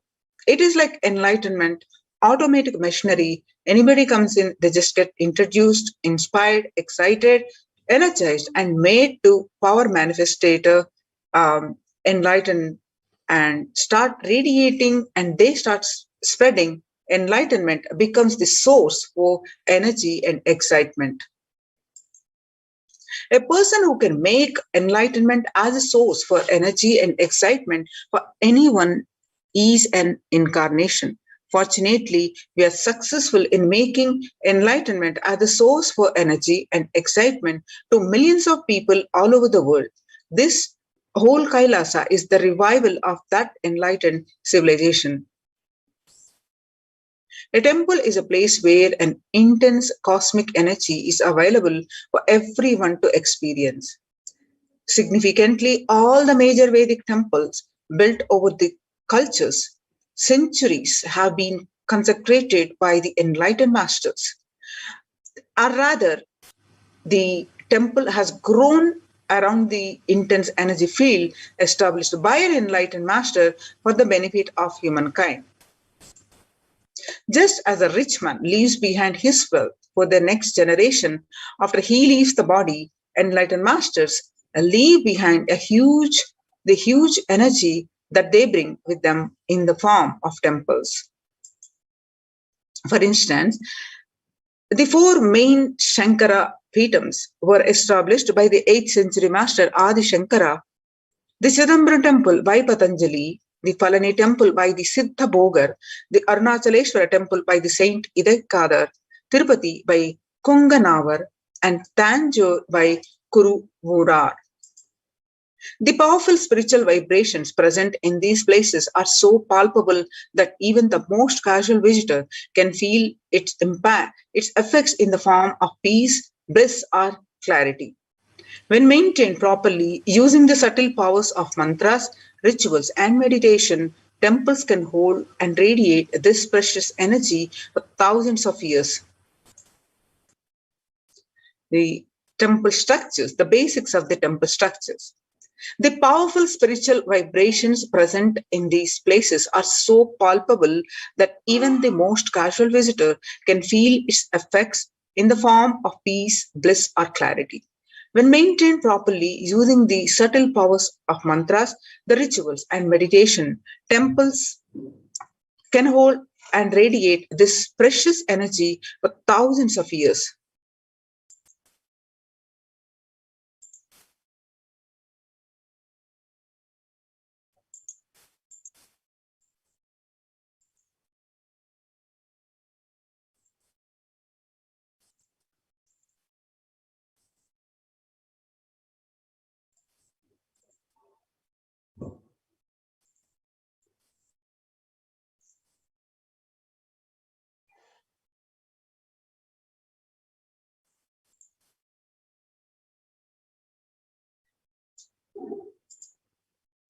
Temples are found deliberately at a place where the positive energy is available abundantly from the magnetic and electric wave conveyances of North and South Poles push.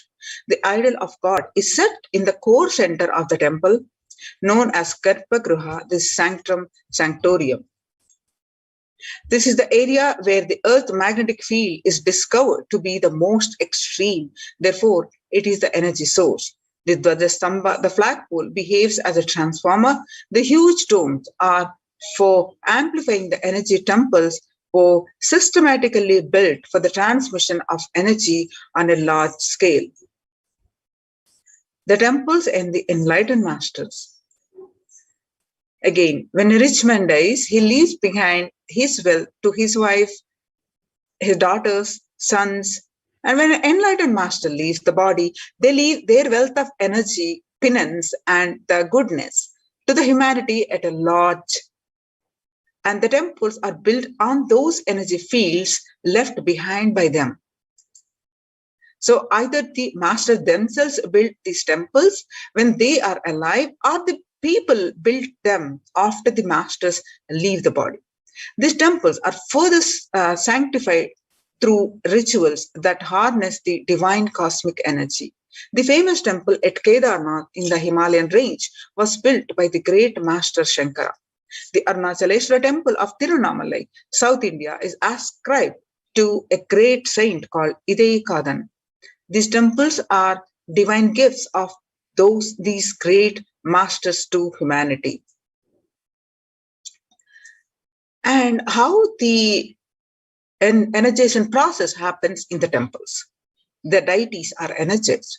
There are two types of people. The first type generate energy from their own system, and they are like the solar system. Wherever they are, they produce energy. They radiate energy, and whatever they do, they excel in it. Whatever they touch flourishes. They are the one who nourish the world, and they are the enlightened masters. The second type of people are those who have forgotten the art of producing energy from their inner source. These people may flourish, but may only in one or two fields, and that too out of the superficial energy source called mind. Since their source is superficial, multidimensional flourishing remains a dream for them. These are the ordinary people from the world. The first category of people help the second category by giving energy to it, by giving a clear-cut technology to achieve. The installing the deities, what is the science behind them?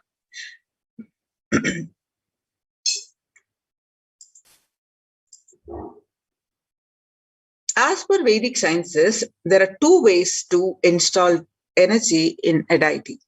One is Agama Pratishta and the other is Prana Pratishta. In Agama Pratishta, energy installation is done by the second category of people. It is done essentially through chanting of mantras. This method will install only a few volts of energy. The energy intensity will be decided by nature of the mantras, the accuracy with which it is chanted, and above all, the psychological state of the person chanting them. In Prana Pratishta, the energy installation is done by the first category of people. It happens through a direct connection with the divine cosmic energy that nourishes the whole universe.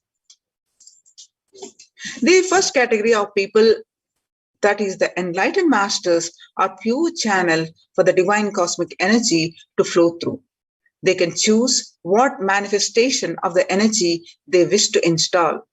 For the goodwill of society, masters have worked on the science of the inner world and have installed various aspects of the divine energy in these temple deities. Every historic temple has its own significance. Each deity has its own boon to offer depending on the type of energy installed in it. That is why, in order to conceive children, you go to a particular temple. In order to wed a suitable spouse, you go to a different temple. To defy planetary influences, you go to a different temple. And for financial problems, you go to a different temple. These benefits are nothing but the special energy packs. Temples are structures that replace an enlightened master's presence. Masters, by the sheer presence, heal people. They heal not just the physical level, but at the being level. They keep the inspiration for spirituality alive. Their presence offers an ambience of sacredness. Temples are spaces created by masters to offer the same things that they offer. While consecrating the Nithyanandeshwara Paramashiva temple sanctum at the Bangalore Adinam, the Supreme Pontiff of Hinduism said, "An enlightened master is the cosmos in human form, the ultimate human form fit to perform a sanctum consecration. For an enlightened master, the energies of expression through any means never get exhausted." For example, for an ordinary human being, the grief emotion or the joy emotion exhausts when expressed through tears. The pitta, the fire element of the body, exhausts through anger. The lust energy exhausts through sexual act. The power of speech exhausts in his very saliva the moment it is uttered. All these energies of expression become exhausted as he uses them. An enlightened master's energy of expression cannot be exhausted through any of these means, because he is existence, the inexhaustible source of energy in human form, because masters do not need a body to execute their work.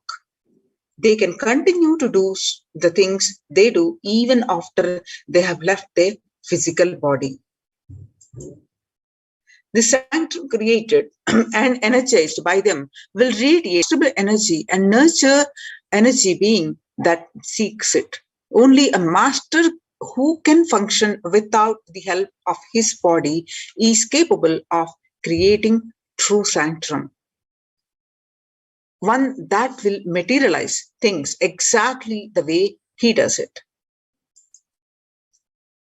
Now, let us see how the Supreme Pontiff of Hinduism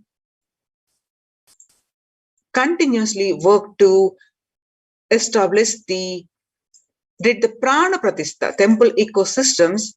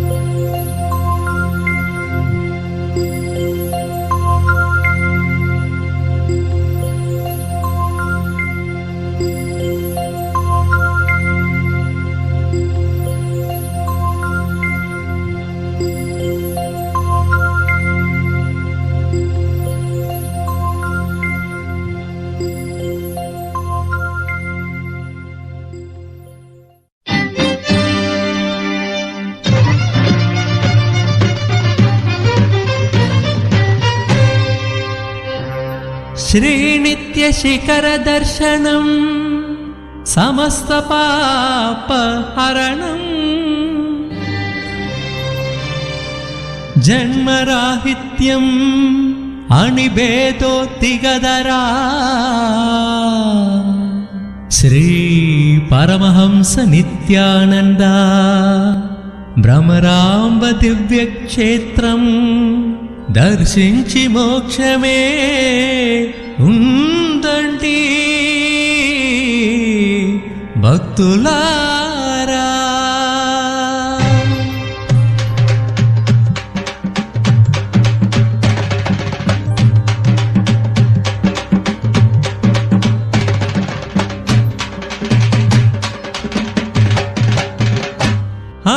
అదిగో అదిగో శ్రీశైలం నిత్య భక్తులకు నిత్య పురివాసం. అదిగో అదిగో శ్రీశైలం నిత్య భక్తులకు నిత్య పురివాసం. అదిగో అదిగో శ్రీశైలం నిత్య భక్తులకు నిత్య పురివాసం.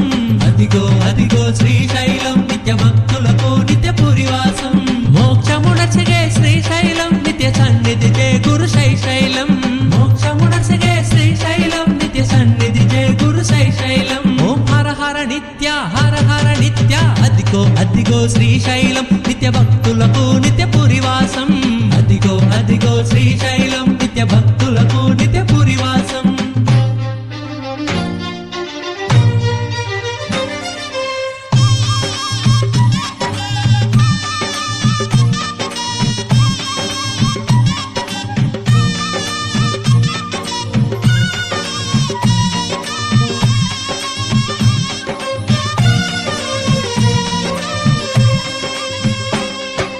నాలుగు ప్రవేశ ద్వారములు నిత్య సన్నిధికి అవి మార్గములు. నాలుగు ప్రవేశ ద్వారములు నిత్య సన్నిధికి అవి మార్గములు. చిత్తపడము త్రిపురాంతకము నిత్య మహేశ్వర అలంపురం. చిత్తపడము త్రిపురాంతకము నిత్య మహేశ్వర అలంపురం. ప్రతి ద్వారములో తీర్థములు అవి తీర్చును భక్తుల కోరికలు. ప్రతి ద్వారములో తీర్థములు అవి తీర్చును భక్తుల కోరికలు. నేత్రానందము శైశైలం శుభయోగము కూర్చున్న శ్రీశైలం. నేత్రానందము శైశైలం శుభయోగము కూర్చున్న శ్రీశైలం. ఓం హర హర నిత్య హర హర నిత్య. అదిగో అదిగో శ్రీశైలం నిత్య భక్తులకు నిత్య పురివాసం. అదిగో అదిగో శ్రీశైలం నిత్య భక్తులకు నిత్య పురివాసం. అదిగో అదిగో శ్రీశైలం నిత్య భక్తులకు నిత్య పురివాసం. అదిగో అదిగో శ్రీశైలం నిత్య భక్తులకు నిత్య పురివాసం. మోక్షమునర్చగే శ్రీశైలం నిత్య సన్నిధి జయ గురు శైశైలం. మోక్షమునర్చగే శ్రీశైలం నిత్య సన్నిధి జయ గురు శైశైలం. ఓం హర హర నిత్య హర హర నిత్య. అదిగో అదిగో శ్రీశైలం నిత్య భక్తులకు నిత్య పురివాసం. అదిగో అదిగో శ్రీశైలం నిత్య భక్తులకు నిత్య పురివాసం.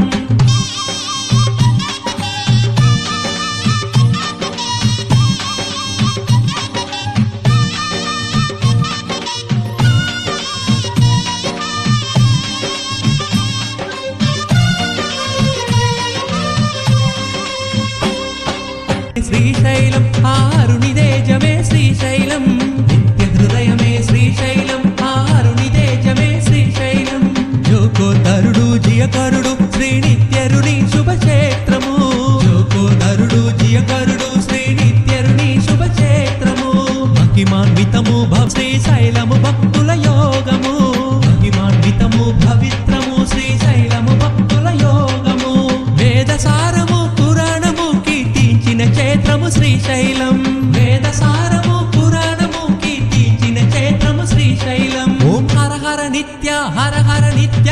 అదిగో అదిగో శ్రీశైలం నిత్య భక్తులకు నిత్య పురివాసం.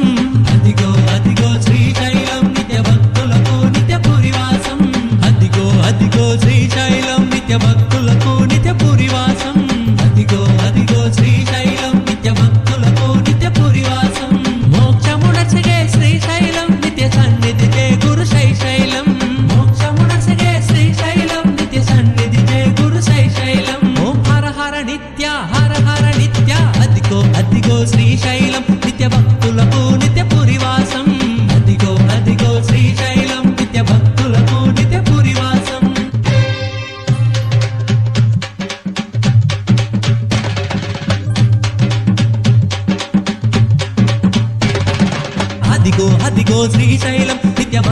భక్తులకు నిత్య పురివాసం అదిగో అదిగో శ్రీశైలం నిత్య భక్తులకు నిత్య పురివాసం అదిగో అదిగో శ్రీశైలం నిత్య భక్తులకు నిత్య పురివాసం అదిగో అదిగో శ్రీశైలం నిత్య భక్తులకు నిత్య పురివాసం మోక్షమునసగే శ్రీశైలం నిత్య సన్నిధి జయ గురు శైశైలం మోక్షమునసగే శ్రీశైలం నిత్య సన్నిధి జయ గురు శైశైలం ఓం హర హర నిత్య అదిగో అదిగో నిత్య భక్తులకు నిత్య పురివాసం అదిగో అదిగో శ్రీశైలం నిత్య భక్తులకు నిత్య పురివాసం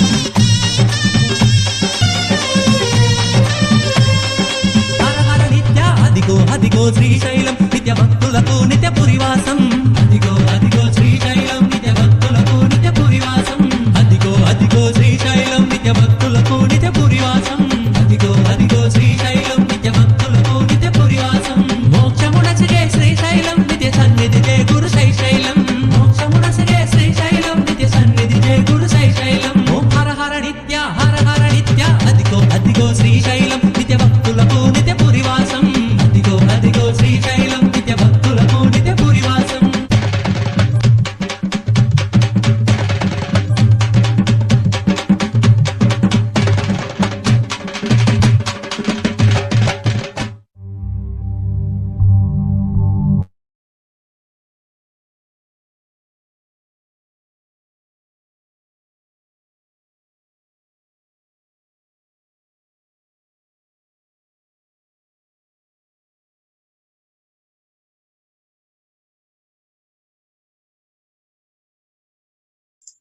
So join the COVID care protection centers. Register now through the link below https://kailasa.org/kailasa care. The Kailasa's temple ecosystems. The Kailasa is a place where everything related to superconsciousness is revived. All the sampradayas, all the spiritual ecosystems created for enlightenment will be revived and established in such a way it never gets lost again.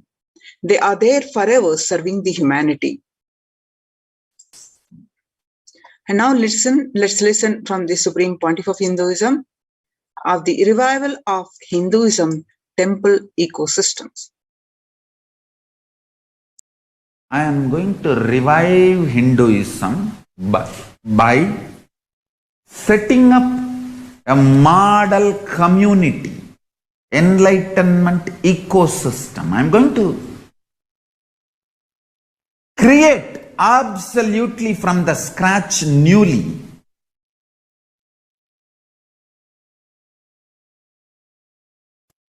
self-sustaining, temple-based Hindu ancient enlightenment ecosystem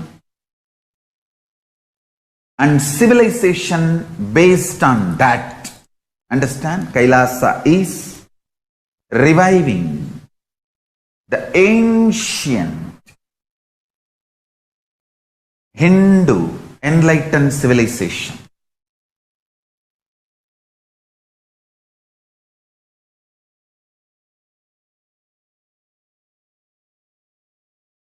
Paramashiva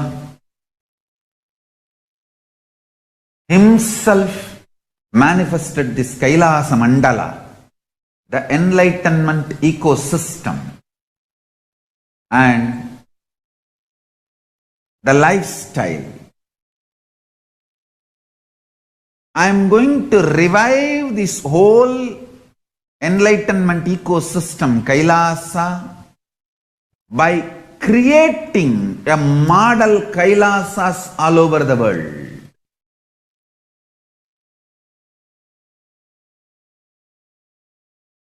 I am going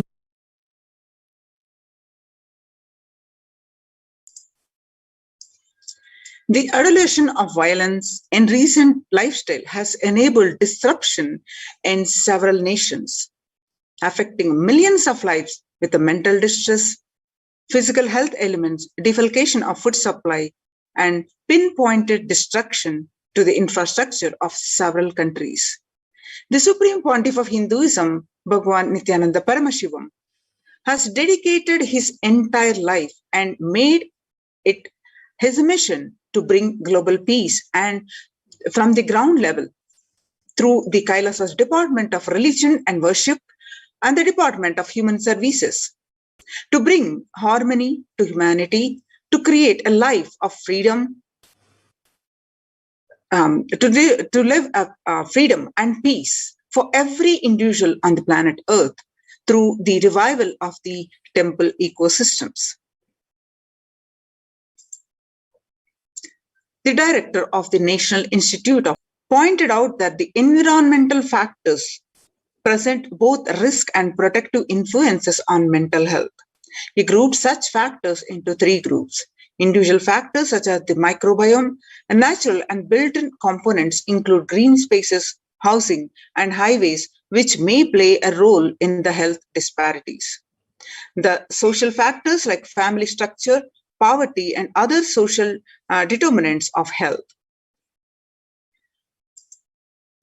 From 1994 to this date, the Supreme Pontiff of Hinduism has worked tirelessly in the revival of temple ecosystems globally through Kailasa's Department of Religion and Worship and the Department of Human Services led by the Supreme Pontiff of Hinduism.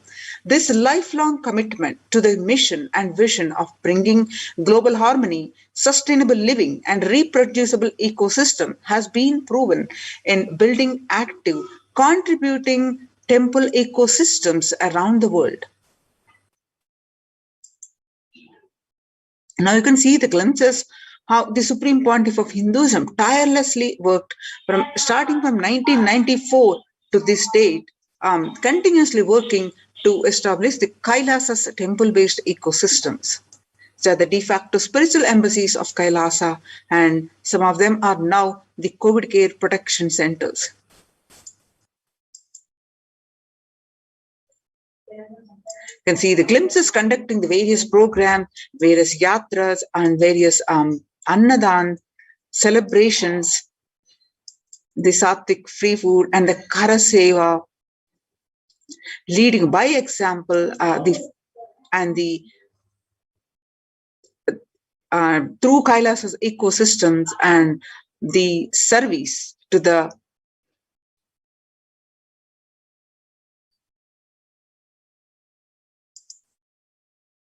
relief food preparation, the flood relief areas. You can see more and more glimpses. So Kailasa's ecosystems are spread across the world and thousands of places. And starting from 1994, Kailasa in Tirunamalai is traditionally passed on to the hands of the Supreme Pontiff of Hinduism by Mataji Vibhudananda Puri in 1994. And you can see that the Kailasa in Tirunamalai is serving the visitors and devotees and conducting various meditation workshops, religious the rituals and various meditation workshops, initiations, serving at the key center, key Athinam, serving the humanity.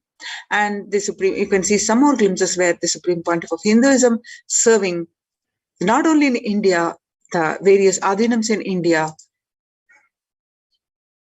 and to the West also. You can see the first ecosystem established by the Supreme Pontiff of Hinduism, the temple-based ecosystem of Kailasa, the Kailasa in Columbus, Ohio, the first temple established by the Supreme Pontiff of Hinduism outside of India, and the Kailasa in Los Angeles, Kailasa in Los Angeles, Washington, Seattle, Kailasa in San Jose, California, and Kailasa in St. Louis, Missouri, and Kailasa in Phoenix, Kailasa in Houston, and Kailasa in Toronto, Canada. So Kailasa's Department of Religion and Worship, Department of Human Services, and each of Kailasa's temple ecosystems consider the right of happiness to be the highest fundamental right of all humans, in fact, all beings. The ultimate goal for Hinduism and Kailasa, led by the Supreme Pontiff of Hinduism, Bhagwan Nithyananda Paramashivam, is the material and spiritual well-being and prosperity of humanity. To join the COVID care production centers of the temple-based ecosystems. Now through the link below, https://kailasa.org/kailasa-care. So now let us see the contributions from the Kailasa's Department of Religion and Worship during the COVID-19 pandemic. The banyan tree, the sacred banyan tree, which is the Kalpa Vriksha, continuously available online via live stream, and whoever pray to this Kalpa Vriksha gives the boons. And the deities, through live stream, you can see and have darshan and pray to these deities.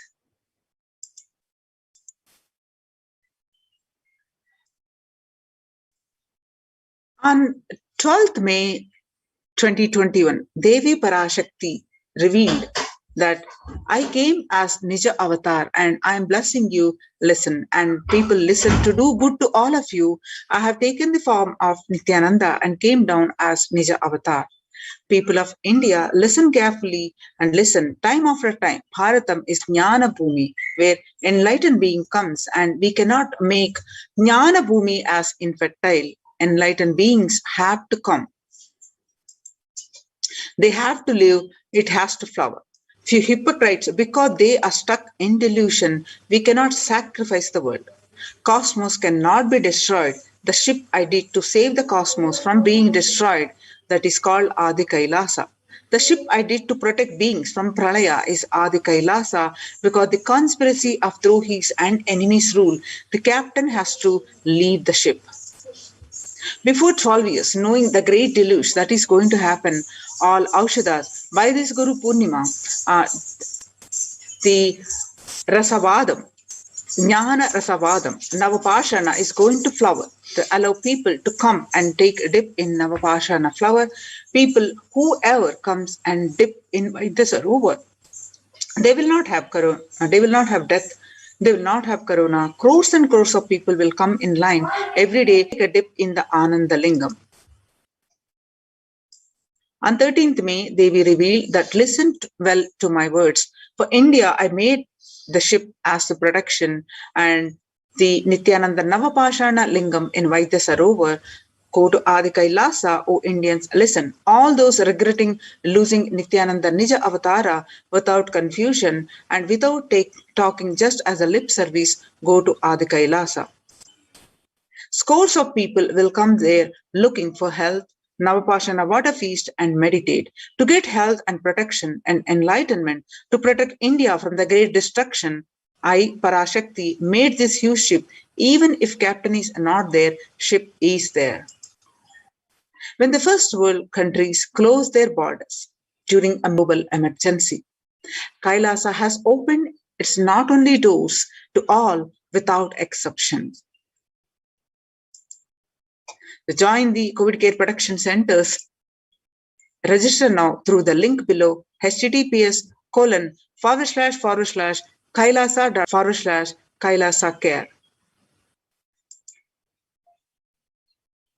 You can see the various glimpses of Nithyanandeshwara Paramashiva Devalayam from Adi Kailasa Sarvajnapeetham. The various rituals happening.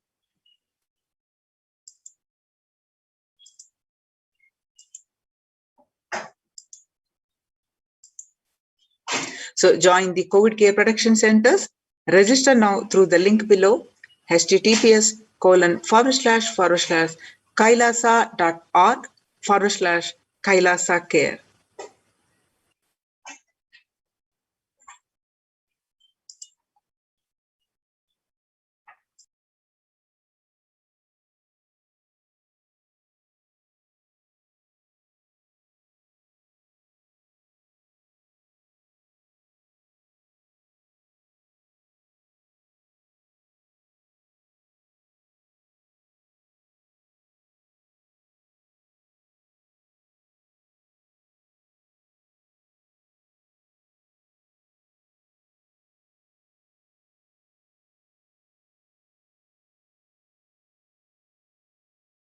Now, let us listen to the Supreme Pontiff of Hinduism from where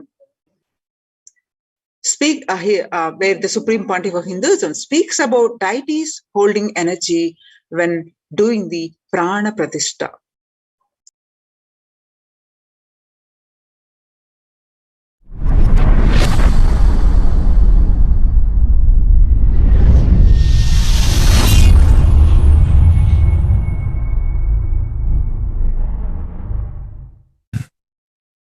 Actually, after the great pause settling, I wanted to do this Kumbhabhishekam, and then the Shivacharyas have advised us that only after the Uttrayanam, Uttrayana Punyakala means after the Uttrayana starts, we are having a good date, Uttamottama date for Kumbhabhishekam. So that's the reason we waited. And see, fundamentally, deity intensely receives the energy like a lightning and holds it and manifests continuously for the whole humanity. You see, it's like if I have to talk to you in a normal social language, it's like a lightning holder. See, I can get into the samadhi, one with Paramashiva, and bring the whole thing to planet Earth. But the deity should be able to hold it and manifest it, radiate it for the humanity. So that is the reason the beautiful, dense, most dense granite deity is made. The earlier, the Avudayar we made, too much of power manifestation, it has given crack in multiple places. I don't know how you guys will be able to believe. Maybe I'll tell them to show the video. Such dense granite cracks to pieces and so carefully maintained with so much of all the Abhishekam, Puja and everything. Crack is the last thing you can imagine in dense granite, but so many places that earlier Avudayar has had, and that's the reason we made the new deity with more dense granite now. More dense granite, the deity is done, so it can withstand the power manifestation and hold the power for quite a long time. Maybe at least next 12 years it can hold.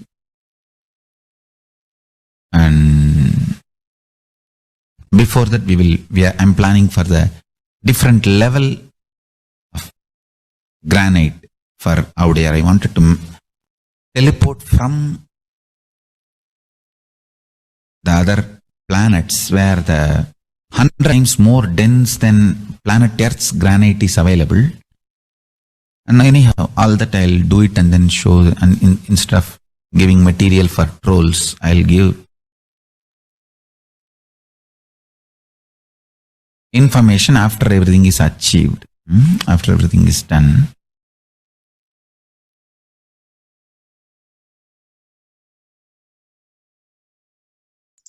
Now it's time we move on to the next part of this program, which is the power manifestation. So please stay tuned for the power manifestation after a very short break.